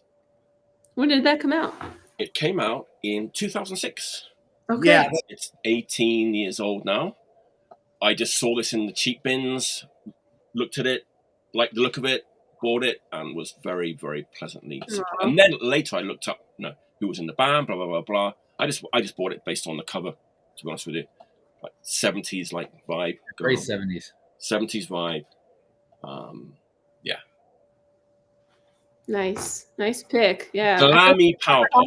Anymore where you just like buy something randomly, or not to me anymore. So it's kind of what I do. It's like, okay, it's cheap. I like the cover. I'm going in, and sometimes it pays off. Sometimes it doesn't pay off. It was only like $8, $7. So Yeah, I never heard them though. I do remember that style or that sound being popular and around the time. I remember. Would Cheap Time be one of those bands? Maybe I've not heard of those, but I mean, it's like every song is like a hit. It's like a lost. Gentleman Jesse, maybe. Gentleman Jesse is like more garagey. This is kind of very glammy and has a kind of nice like a sheen to it. Yeah. Very poppy, some like cowbell and stuff. And I want to say Gentleman Jesse was like more like Atlanta sound. Okay. Yeah. He was in the Carbonas. Okay, there you go. It's a little more poppy than the Well, I don't know. Same era, though. I think you're not off in terms of my 00s or whatever. The aughts, they've all gone into a blender at this point. It's funny. I remember the 90s better than I remember the aughts. I'm not sure why that is. What drugs were you doing? Not enough. It's funny though. It comes up every now and again because it's like Christine asked me when it came out, and it's like 2006. I wasn't buying records in 2006. I really wasn't. You know, I'd been in Japan. Like I was here. I'd been here for about 5 or 6 years. Like I was kind of like not interested in much that was coming out around then. So I'm kind of like going back now and kind of rediscovering discovering all the stuff from like those years because I was out of the loop completely. I want to say. And, from like 2000 to like 2010, I didn't have much of a clue. Not too much of a clue like what's going on. So there you go. If you like glammy power pop, I mean, the Exploding Heart. Nice. Check it out. Check it out. Check it out. I like all Another this. obscure one from the cheap bin. All right. Oh, it's Jeff. Yeah. There you go. Number 4. So yeah, I think on our text thread I mentioned about going back to the early 90s, and I was going through a bunch of early 90s stuff. So this band, we're gonna go over to New York City, and this was probably the I think when I was in high school, probably the first like new hardcore band that really seemed to have the goods that like the early 80s bands had, and they were definitely kind of hyped like that, at least in your Maximum Rock and Rolls, and very definitely one of the smarter bands of from that state and that city. Yeah, I am talking about Born Against. Love Born Against. For children. There's a classic that hasn't been talked about here. Yeah, so this record is it's a little bit it's pretty different from their first 7-inch. The first 7-inch was maybe more like Citizen's Arrest, like just straightforward and fast with that like Don Fury recording sound. This one is kind of like a cross between that and like a noise rock record. Like they definitely went for like a much bigger drum sound and definitely like a little, definitely like classic hardcore, but also a little more a little more early. It's way more early 90s sounding than the 7-inch. The 7-inch sounded like it was from the 80s. And these guys had probably the best lyrics. I mean, if we're talking about Christian the death, greatest lyrics of that era by far. The worst lyrics. Born Against they're polar opposites. The most intelligent lyrics, very often very funny lyrics, occasionally very Jack Gestapo and like what was that song? 9 years later, that song is straight up touching. About these songs about the horrible things that happened in the Reagan years. Marian Child, Alive with Pleasure. God, what was the song about the it was a diss track about the guy who got into Krishna. Eulogy. Yeah, it was like, it was straight up. Steve's dead. Oh, he is? Yes. No, he said Steve's dead. Yeah. Took a blunt lie and gouged out his mind. Talking about a man becoming a Krishna. Yeah, so. Well, it's a big to-do, I guess, in the New York scene. Back in the late 80s, it was a real risk if you were in the hardcore scene. This happened in Michigan, too, where I lived. There was a risk that one of your friends might suddenly disappear and you just don't see them anymore. And then the next time you see them, they're at the shelter show selling with a bunch of beads. This happened. It happened to a kid that I worked with back then. A kid who I had a job at a library, and this hardcore kid who I worked with, he just disappeared. He just didn't show up for work. And then it turned out he'd given everything away to the church and had gone full on Krishna. So yeah. This is definitely of that era, and that diss track was about the guy that ran Equal Vision Records. Yeah. And these guys kept going. They did a couple more records. They like a split with Universal Order of Armageddon. Man is a Bastard. A 10-inch split. Yeah. And I don't even want to say that this stuff isn't better than that necessarily. It's just different. Yeah. Like this record is super heavy, and they went kind of more in the kind of like chaotic Gravity records, like chaotic hardcore. That was kind of popular around that time. And this is definitely by far their heaviest record. Like it's, I hear like a lot of like late Black Flag in that record. yes, yeah. There's a lot of Black Flag in here. The last song on the record, "Well Fed Fuck," is it's a great song. It's kind of like it's like a Black Flag song crossed with like maybe even a Helmet song or something like that. Didn't like Wart and Tears? Didn't Wart and Tears produce that record? Yes, yeah. This is a Wart and Tears produced album. Right, yeah, yeah. They must have spent a fortune on this because that was a pretty hot studio to record in back then. Right. And yeah, it's definitely the most produced Born Again stuff, and they reissued this with completely different sound. Did they really? Yeah.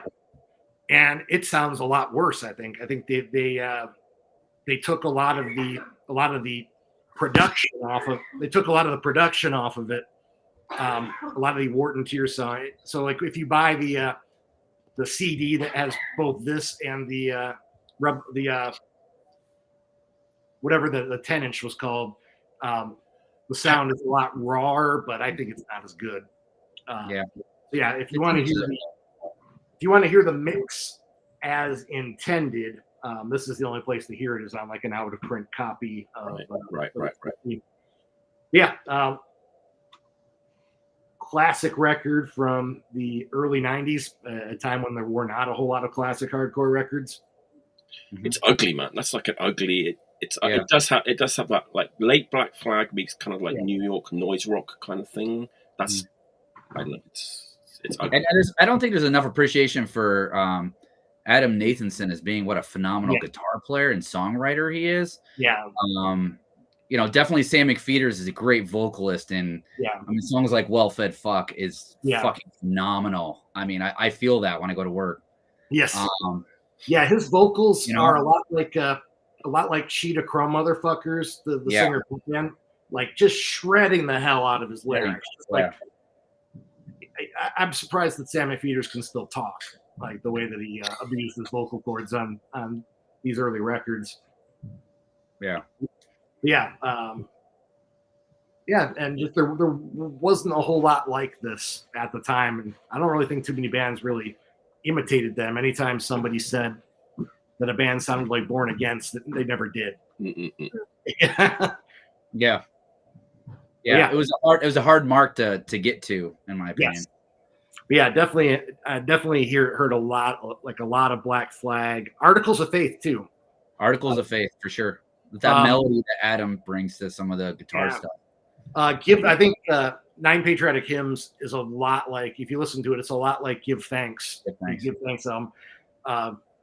Just like the song structure, style, and the sound are pretty similar, and it kind of meets that Sheet of Chrome Motherfuckers Into the Void vocal sound.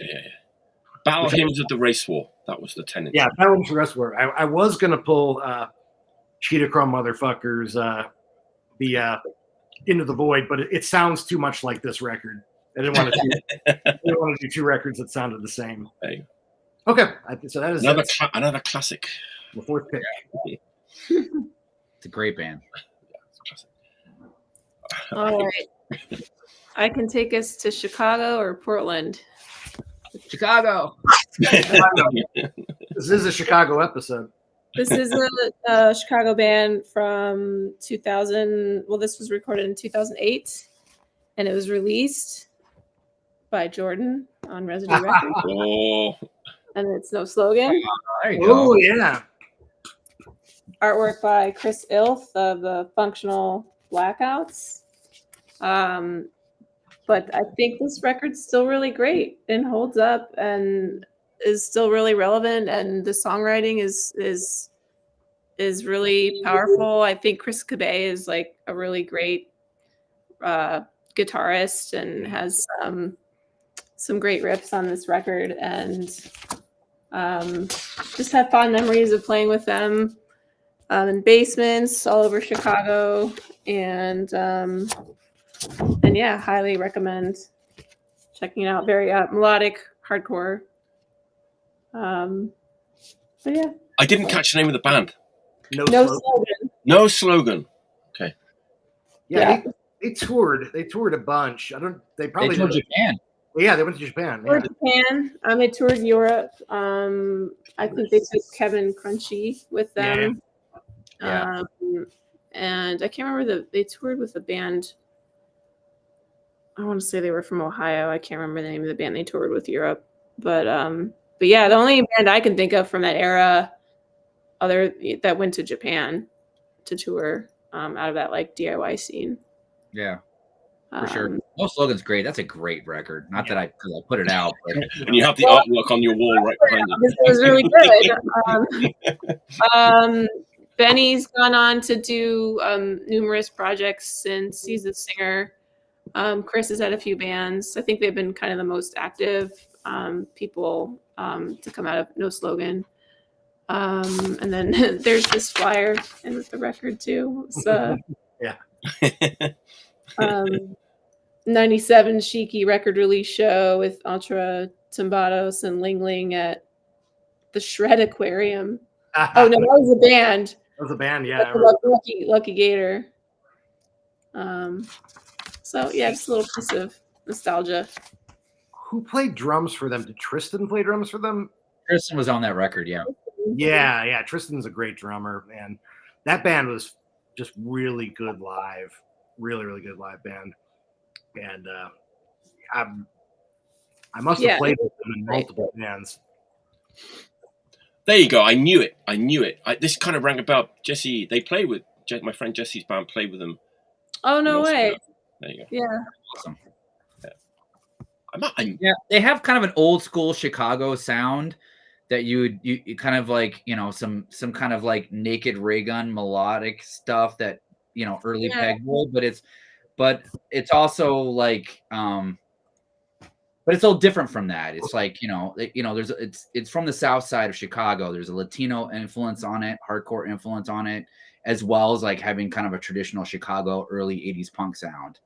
Right. And they actually nail it in a way that a lot of bands can't or didn't or don't. No, it's a good point. Yeah, great record. Nice. Might have been scratched by a cat. I can't tell. I have another like 20 in my basement, so if you need another one, I keep talking to Benny about giving him the recycling piece just to have. Yeah, should. I wonder if I went to that show. I probably didn't. Oh, okay. The band stayed with our friend Sujinami's at his house, and his mum is kind of famous. Like Derek from Citizen Arrest has stayed there too. They stayed at that house too, and like our friend. No, you didn't. I know I didn't. Yeah. Nobody remembers. I just screenshotted that chat, and I'm gonna send that to Chris. Just yeah, I think nice. Really happy. There you go. To hear that. Nice. What was that, like mid 2000s? Something like probably 2009, 2010. Okay, yeah. I think they're around from like 2007 or 8 to about. Yeah, I remember seeing them really like maybe 2007 at the old Liars Club setup. Like, yeah, I was at that show. They had a different drummer. Yeah, they did. On to like 2008ish, so 2009. Yeah. Because I think when I moved back from California, they were one of the first new bands I saw. 2009 in Japan. So. Yeah, 2009 was kind of like when that record came out. Okay, there you go. And they had a CD release in Japan for it. Were you in Daylight Robbery when we played with them, or was that? Yeah, we played the Empty Bottle with them and a couple other shows. That's right. Yeah. Record release. You guys had a dual record release. Right, yeah. I've got the poster on my wall Right. Nice. I want to hear that. I want to check it out. That's good. Yeah. Right. Jordan, Australia. No, I'm waiting Australia for the end. Okay, all right. But this one will be a quick one, I think. So okay. I was very excited about this reissue. And I know a lot of other people were really excited because it sold out really quickly. And for some stupid reason, they only pressed 500 of it, which doesn't really make that much sense. Again, I'm going back to LA. I don't know why I have 3 LA picks, but we're talking 1981 LA band. The 2 women started this band with a guitar player also. So Brian Hanser was in the Silencers with Kat Arthur and Patricia Morrison quit the Bags and joined this band, and this band is called Legal Weapon. Oh, yeah. Yes. They've just reissued the 12-inch, right? They just reissued the 12-inch EP, the No Sorrow. So I was so excited about this. I actually bought 2 of them just to make sure I got one, and I've already sold one to my friend Ian. But I just because I ordered it from the label, and then they just kind of didn't ever confirm that it was so like that I had it, which was kind of creeping me out a little bit. So they end up buying another copy from Sorry State, but which is sold out now. But so basically, Patricia Morrison, who is a pretty famous punk figure. I mean, talk about a catalog. Can we should talk about her for a second? As a teenager, she was in the Bags. Then, she had the falling out in the Bags. The Bags break up. She joins Legal Weapon. Then is in Legal Weapon for this 12-inch EP. Only that 12-inch. Only that 12-inch EP, yes. Then quits to be in the Gun Club. Then is in the Gun Club for 3 years. Then can't handle the drug abuse that's happening in the Gun Club. So then she moves to England, and then she's on Floodlands for Sisters of Mercy. Yeah, and then married Dave Verlan of The Damned, and then end up playing in The Damned for a few years. Yeah, she was in The Damned last. Oh, really? Wow. Okay. Yeah. She played with I saw them like a while, like more than 10 years ago, but she was still playing with them at that point. That's awesome. One of the best discographies of like anybody that's ever been talked about on this show. I mean, can you think about that? I mean, that's like Rick Agnew style. I mean, absolutely phenomenal record. I'm really glad this got reissued. It's been a long time coming because it only came out in 1981 on vinyl. And it's taken a really long time for Mono Records to put it out, and they just put it out like I think a month ago or 3 weeks ago.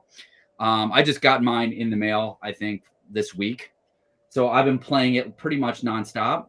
The title track, No Sorrow, is also on the first 12-inch. But I like this version a little bit more just because it's a little rawer. I love the first LP. I mean, my favorite stuff by this band is this 12-inch and the first EP, which also just recently got reissued last year in 2023. Which I think, did you show it? I did. Yes, okay. I did. Yeah. You were going to, but Yeah, I had it in my pile. Like the week before I was on my next show, I was like, oh, rats. What a great friggin' band. I mean, Kat Arthur is an amazing vocalist.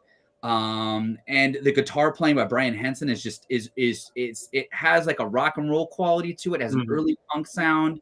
It fits right into that Danger House kind of sound of that early LA punk scene that, I mean, I just love that stuff. This has 5 songs on it. So 3 on the A side, 2 on the B side. And then they add 2 extra tracks of them playing live in San Francisco, which I was like, okay, whatever. I'd probably be throwaway tracks, but actually it's actually really, really good recording of them playing live. And they knock it out of the ballpark. I mean, the vocals are phenomenal on those 2 live tracks. But it's surprising if you look at the lyrics, because I went back to try to kind of find out a little bit more about like reading the lyrics and stuff. And it's a very feministy like theme throughout the whole entire record. The first one, No One Listens, like talks about being a woman and like being sexualized and being talked about, like what I do, and it's really cool to hear that coming from, I'm sorry, but the LA punk scene and that period of time, was kind of sexist in a lot of ways. I mean, there was a lot of that going on. So it was really great to kind of hear like, very feminist type lyrics, even No Sorrow. Live My Way is another song on it. So it's just a great record. I'm really glad they got reissued. So I'm really stoked about this record. But yeah, just perfectly done early LA punk rock. I've never heard that one. How does it compare to the LP, the Your Weapon album, Well, Your Weapon is the second LP. Yeah, so the first one was Death of Innocence. Okay. It's a little closer in sound to Death of Innocence. Okay. All Death of Innocence is produced a little bit better. This is a little bit rawer in sound, but it's recorded well. It's not like it's like, you know, dingy or like farted out or anything. It's recorded well. It's just like, it's almost like the precursor to where they've kind of developed their sound. And Patricia Morrison left the band to be in the Gun Club, and then they got two guys from the Adolescents, Soto and Agnew, one of the Agnew brothers, came in and then played on that first LP. So it's a little bit closer to the first LP, but a little less polished. Oh yeah, I guess what I thought. Record. That's what I thought was their second. What I thought was their first album was actually their second album. So that's the one I've heard the most. Yeah, that's probably the one you can find for a more decent price. It hasn't been reissued recently. I imagine since the first LP and this has been reissued, that would also be reissued. I hope, because that's also a good LP. Yeah. And, it's the only record I ever found by them. Yeah, their records never really got repressed or anything. They came out on Arsenal Records. And they didn't have a very big catalog. It was pretty much Lethal Weapon records, and then it just like didn't do anything else. So I don't know if it came directly from the band or if it was affiliated with the band or not. I only ever heard of that band because Martine had their records, because he has everybody's records, right? Yeah, he's like one of the hundreds of bands that I heard from going over to his house. Yeah, I had an ex-girlfriend that had one of their records, The Death and Innocence, and that was the first time I'd ever heard it. Yeah, I was. Yeah, you're right. It is not a crazy reissued band. No, it really hasn't, and it doesn't make any really sense because it should fit in there. I mean, you know, a lot of the Danger House stuff has gotten reissued. Somebody got a hold of all the plates or whatever and constantly reissues them all the time, so they're actually from the original plates and stuff. So that's really great that those EPs keep coming out and stuff. I just wish that this had been reissued. And this only has 500 pressed of it, supposedly. So I really hope this is just a first press by Mono Records and they do another 500, because even when I was trying to like find out some more information about the band, I was seeing in every distro was selling out basically within the first 2 weeks. Came in. Wow. Yes. Yeah. Triple X did reissue their stuff on CD. That is true. I did see that. Yeah. That's probably the most affordable way, unless you were to get the reissue. LA, one of those labels that I avoided because they put out terrible early '90s hard rock. Yeah, they've been all over the place, right? Yeah, they did some good stuff too. But... Yeah, Social Distortion reissues. They reissued Mommy's Little Monster on the nose. Yeah. I'm going to finish up in LA. How about that? How about that? I think I may or may not have said that I'm not going to show like any more like marked men like style like punk. I've been on a huge kick with this stuff, but it's like kind of endless. You know, the Hex Dispensers. Yeah, I do this every time. I'm not going to list every band again. You know, in that style. I found actually two more this week. That's kind of that kind of fit kind of into that style. But this was an LA band. Again, it's a band that's made up of a ton of different people from other bands, but like the band sounds nothing like any of their previous bands. So you got like, who we got? Let me get this right. We've got like guys from like Paul Diella from Dead Nation, Cut the Shit, Tear It Up, and the Rights was in this band. Ethan from the Rough Kids, John Westbrook from Knife Fight, Obliteration, Street Trash, Constant Fear. We're all in this band. It's a trio, 3-piece. But it doesn't sound like anything like those bands. It's like total like melodic, like garage punk. Here it is. There we go. Oh, what's the name? The Broken Patterns. I have never heard that. I hadn't either until a couple of weeks ago, and I saw it just sat there. When did it come out? This came out 2012. It's at that mid 2000s era on 6 Feet Under Records, which I don't know a lot about. Just that like super catchy like garage punk that has that kind of marked men feel to it. And it's funny, that we were just talking about Danger House and the Adolescents and stuff, because I kind of went on their Bandcamp to kind of like try and find out a bit more about them. And the Bandcamp like tags literally say Danger House, Adolescents, Nightbirds, you know. So okay, so if you like all of those bands, then you're gonna like this. But I know it's kind of obscure and all that, but yeah, you mentioned the members of Factor on the record. I've seen and heard all those bands that you mentioned, but I've never heard of this before. Right? It's like, I don't know what they were doing. I mean, was it like a one-off thing? It doesn't sound like any of their other bands. It doesn't sound like Knife Fight or Dead Nation or Tear It Up. And was it just the one record? I think so. Yeah. Yeah, maybe it was just like a little one-off side project. Maybe, yeah. And they were only around for like 3 years. Yeah. In 2012, so it's about 10 years after, 10, 12 years after Dead Nation and Knife Fight and all those bands. There you go. What was the record? Sorry, I had to pee. Was it? It was The Broken Patterns. Oh yeah, I like that band a lot. I used to do a lot of trading with those guys, and it's kind of garagey. Yeah, it's just like I was saying, like their Bandcamp tag is like Danger House, Adolescents, Nightbirds, Social Circle. It sounds like early LA punk mixed with like that Marked Men sound that I said I wasn't going to talk about anymore, but I keep finding more records that sound like that. So here's another one. I know I'm going to say the other one so I don't show it. The other one I found was the Transmitters LP on Deranged Records. Oh, nice. So the I think the guitar player in that band, he's the one that did the artwork for the posters that are on the record release show for No Slogan Daylight Robbery. Okay. He's a really good artist. He did a bunch of artwork for the Last Punch in the Face show. He did the artwork too. Yeah, I know the guy you're talking about then. Yeah. Yeah. Which he did all the art on that record too. Is it the big spider? Yes. Yeah. Yep. Okay. He did the spider one. He did a couple of them for me. Oh, there was like a bride, like a woman's body with like woman's body with a skull.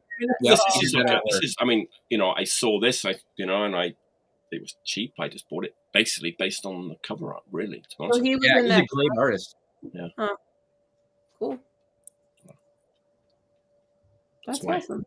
It's my last pick. The Broken Patterns from LA. All right, Jeff, what's your last pick? All right, so last pick. I was kind of torn between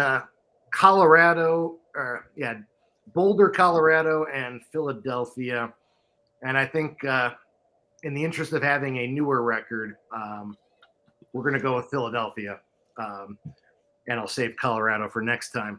Okay, so the band I'm talking about, this is a new record, I think, from 2024, or at the most recent, late 2023. This band is made up of people who were in bands that I listened to in the early 90s, or people who put out bands I was in the early 90s. So a bit of a personal connection here. So it's a newer hardcore band from Philly. They're called Gray Cell. Oh, that's Derek. Derek plays in that band. Derek from Citizens Arrest plays in that band. Yeah, he's the drummer. And my old friend Kane, he was a guy I knew from the Detroit hardcore scene. He's the right? And I was in a band with him ages ago. He put out the Ottawa Jihad Split LP way back in the day. Labels Council, which is a Chicago label. It's been around forever. So it has kind of an early 90s vibe to it. It's very hardcore, but I would say it's somewhere. It doesn't sound old or dated, but it reminds me a little bit of that band Talk Is Poison, who you might remember. Yeah. Okay. Like just really like expertly played hardcore drums and like pretty brutal hardcore riffing. Occasionally they go into some pretty fast stuff. Occasionally it gets a little technical. It's I believe it's the guitar player from Citizens Arrest and Hell No playing on this. So if you've heard either of those bands, you maybe this doesn't sound like Citizens Arrest or Hell No exactly, but you'll hear similarities here and there in the songs. It's a really like short and sweet album. I think it's like at the most like 16 or 17 minutes long. The packaging is great. I don't know, you can't really see it too well through the laptop camera, but yeah, really good cover. Nice insert. Yeah, I had this band. I think I had a tape by them like ages ago, or maybe a Bandcamp file of theirs, and yeah, they've gotten really good since then. Yeah, so if you're into kind of brutal, kind of 90s, kind of 2000s ish hardcore, not too on the technical side, but not totally dumbed down either. Great record. The mastering, it sounds super loud when I put it on the turntable. So great sounding record. I like that record a lot. I think it's great. Yeah, larynx shredding lyrics. Great. Yeah, and yeah, great lyrics too, and yeah, quality LP. Yeah, definitely check it out if you want some of that. Yeah, it doesn't really sound like Rorschach or Citizens Arrest, but you can tell the people in the band were listening to that stuff at one point, right? It definitely has a little bit of that ABC No Rio influence to it, but otherwise, it's I liked that record a lot. I traded with Derek actually. Mm-hmm. He asked me about a Pedestrians LP, and I was like, "Let's do a trade." And he's like, "This is so 90s." Yeah. I traded him a record. He traded me that record. I really like it because it's kind of a little bit of like innovative hardcore, a little bit, but it also still has hooks. Yeah. All over it. So you're right. It has like a little bit of an 80s, a little bit of a 90s, and a little bit of a 2000 sound, kind of all into one record. And it also kind of feels very urgent. It's like I said, like it's very to the point, and like it just like takes off on the record. Yeah, it's one of my favorite newer Council records. Yeah. The drumming and the guitar work on it's phenomenal. Like with that, it's like I said, it's technical without getting obnoxious, or getting annoying about it. So clearly they've played their instruments for a long time and are good at them, but they're not beating you over the head with that fact. So I appreciate stuff like that. So yeah, so wrapping up my Great Cell. Great Cell. Great Cell. Do you know what the acronym for cell is? Because I don't understand the whole dot. I will find out about that and let you know if I ever come back. Well, you got to come back now. I can't wait. Now you said that. Yeah, so those are my picks. Beautiful. Nice. Good. All right, Christine, what's your last? Going back to Portland, this was a band I was surprised to not see anybody had picked yet in previous shows, unless I missed it. Tragedy? No, I'm just kidding. No, but as famous, if not more, but is Dead Moon. Oh! Defiance.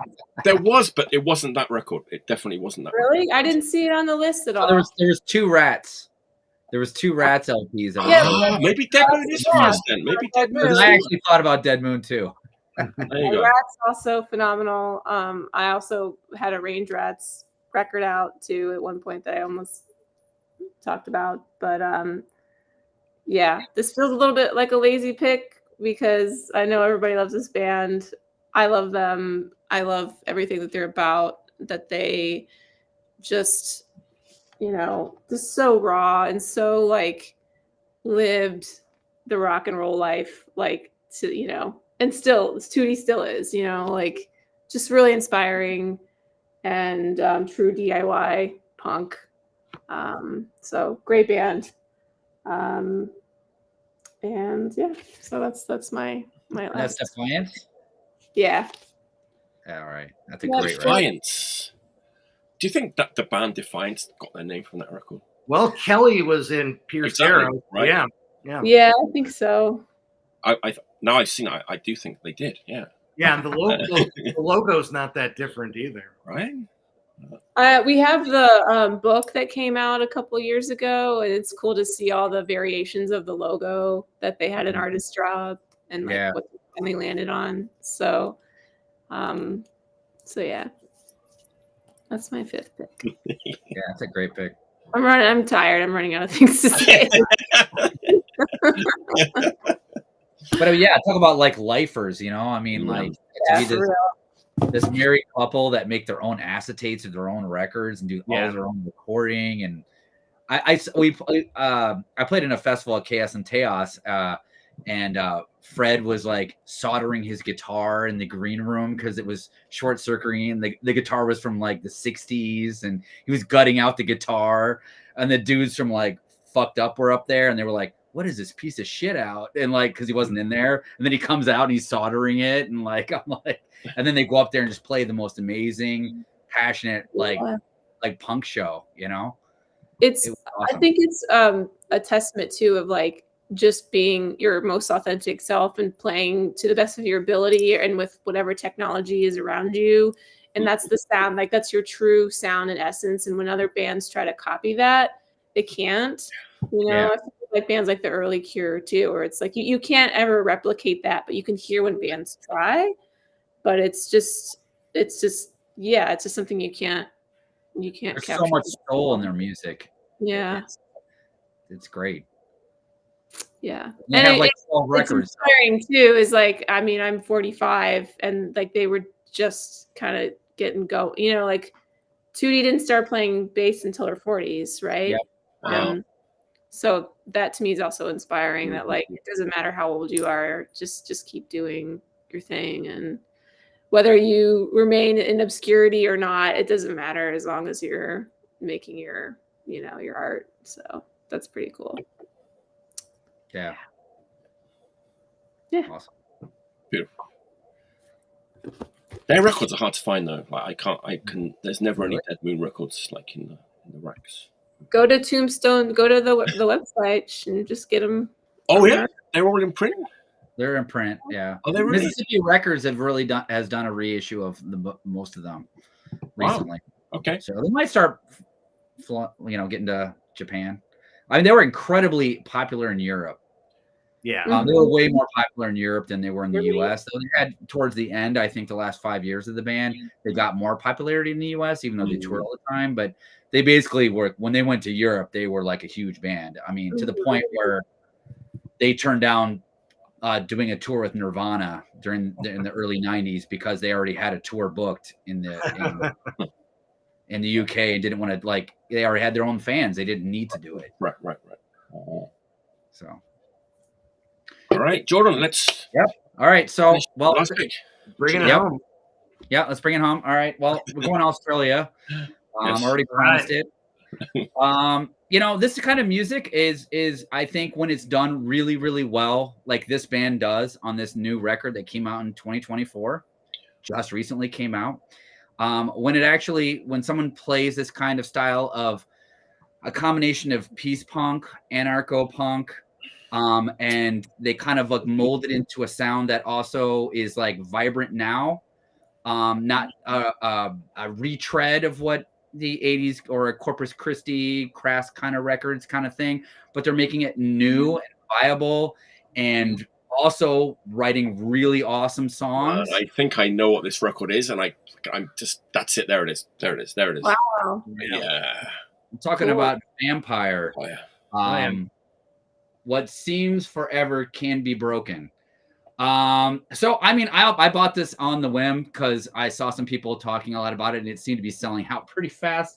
It's on Televised Suicide Records, and that's from Australia, so it's kind of a little bit of a harder record to get. I know that Iron Lung had copies, but it started to sell out pretty quick. So I just was like, I'm gonna get this and I'll check it out, and if I don't like it, I know people like it enough that I can resell it pretty easily. It's really it looks cool. Yeah, because really, honestly, I mean, the cover art looks really cool. Like a peace bird is getting killed by this, And to like call your band Vampire in 2024 is pretty gutsy move, I want to say. It is. There is 3 million bands called Vampire, right? And every time I Google this band, you can find hardly any info. It wants you to listen to Vampire Weekend every time, which is not good. But yeah, this is like, you know, it falls in that realm of like Icons of Filth and a little bit of Os Rotten. It has a male-female vocal, where the male vocal is really gruff and like very aggressive sounding, that you would expect from a band like this or a anarcho style punk band. But then the woman has a vocal that's like really melodic and goes underneath, and she has like her own melody underneath, which isn't something new, but it's really, really well done. The song Endless Chain is my favorite song on the record, where she does that kind of, you know, singing with this melodic underneath it. That, you know, it's a bit Crass Records like, but but they just do it in a way that's just, it punches you in the face. And I mean, we live in times right now where there's a lot of bullshit political shit going on, and to just kind of read some anarcho punk lyrics that actually are well written and well thought out, you know, talking about war and just atrocities and just, but not in a stance of being dramatic or over the top. You know, there's not a dead body on the cover. You know what I mean? Like there's an intention with it, and they're able to make it work. I also love that there's a picture of the band on the back, which I don't know how much you can really see, but that could be any band. Like that could be a thrash band. There's no, and I'm not knocking it, but there's no banner in the back. You know what I mean? Like it just looks like just people playing punk rock and just like legitimately playing great punk rock in a way that's like memorable, well written, well thought out, well recorded. It seems like there's a sincerity there and less gimmick and more sincerity. Feels like it when you listen to it. You can kind of feel it. I would say. Are they from Perth? I don't know, because the label's from Perth. Okay. But when I looked it up, on the lyric sheet they said "so-called Australia" is what they put in. So, you know, it's serious. Yeah. So, you know, I mean, there's a lot of like really, and it comes with a really awesome lyric sheet. The poster's a little whatever, but there's a lot of really cool artwork. And I mean, I very rarely do I actually pull a lyric sheet out to read it. I mean, you talked about the Gray Cell. I actually looked at those lyrics and read the lyrics because they actually seemed like there was intention and thought behind it. This is the same way. There's intention, there's thought and intelligence involved in their lyrics. It's not just like, you know, the typical rotten knockoff.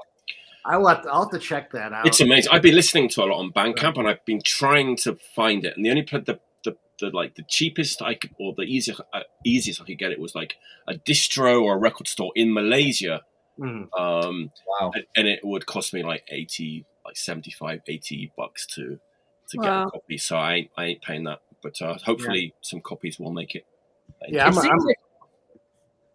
I'm a sucker for that stuff. I even like Kronstadt Uprising. I like the lowest end of that 80s anarcho stuff. I still like. This is like brand new, and it's very fresh and like vibrant, and like there's something. Yeah, and there's a lot of talking. There's a lot in the lyrics of just, you know, a lot of like Human Market Capital is one of their songs. It's just like in the lyrics, I just love the flow of it. It doesn't get boring. You know, and for honestly, for this style of music can get really boring for me. It's not my first type of punk rock that I listen to. I do love a lot of the 80s, you know, Crass and Corpus Christi stuff. But even with that, I'm a little picky about what stuff I like and what stuff I don't like. I love all of it. Yeah, I know.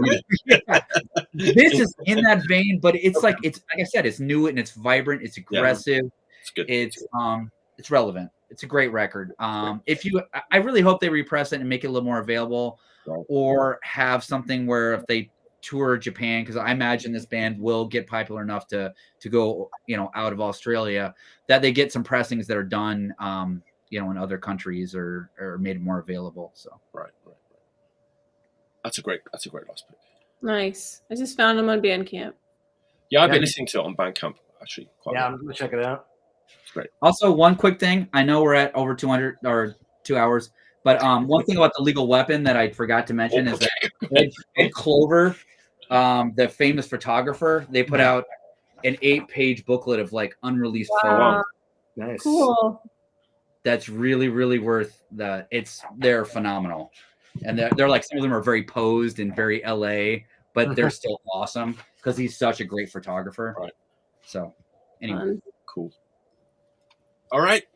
Another classic episode in the can. Hey, it's shorter than the last Chicago episode. What I wonder why. Perfect length. Great picks. Thanks for everyone who tuned in. Thanks for coming on. Thanks for having us.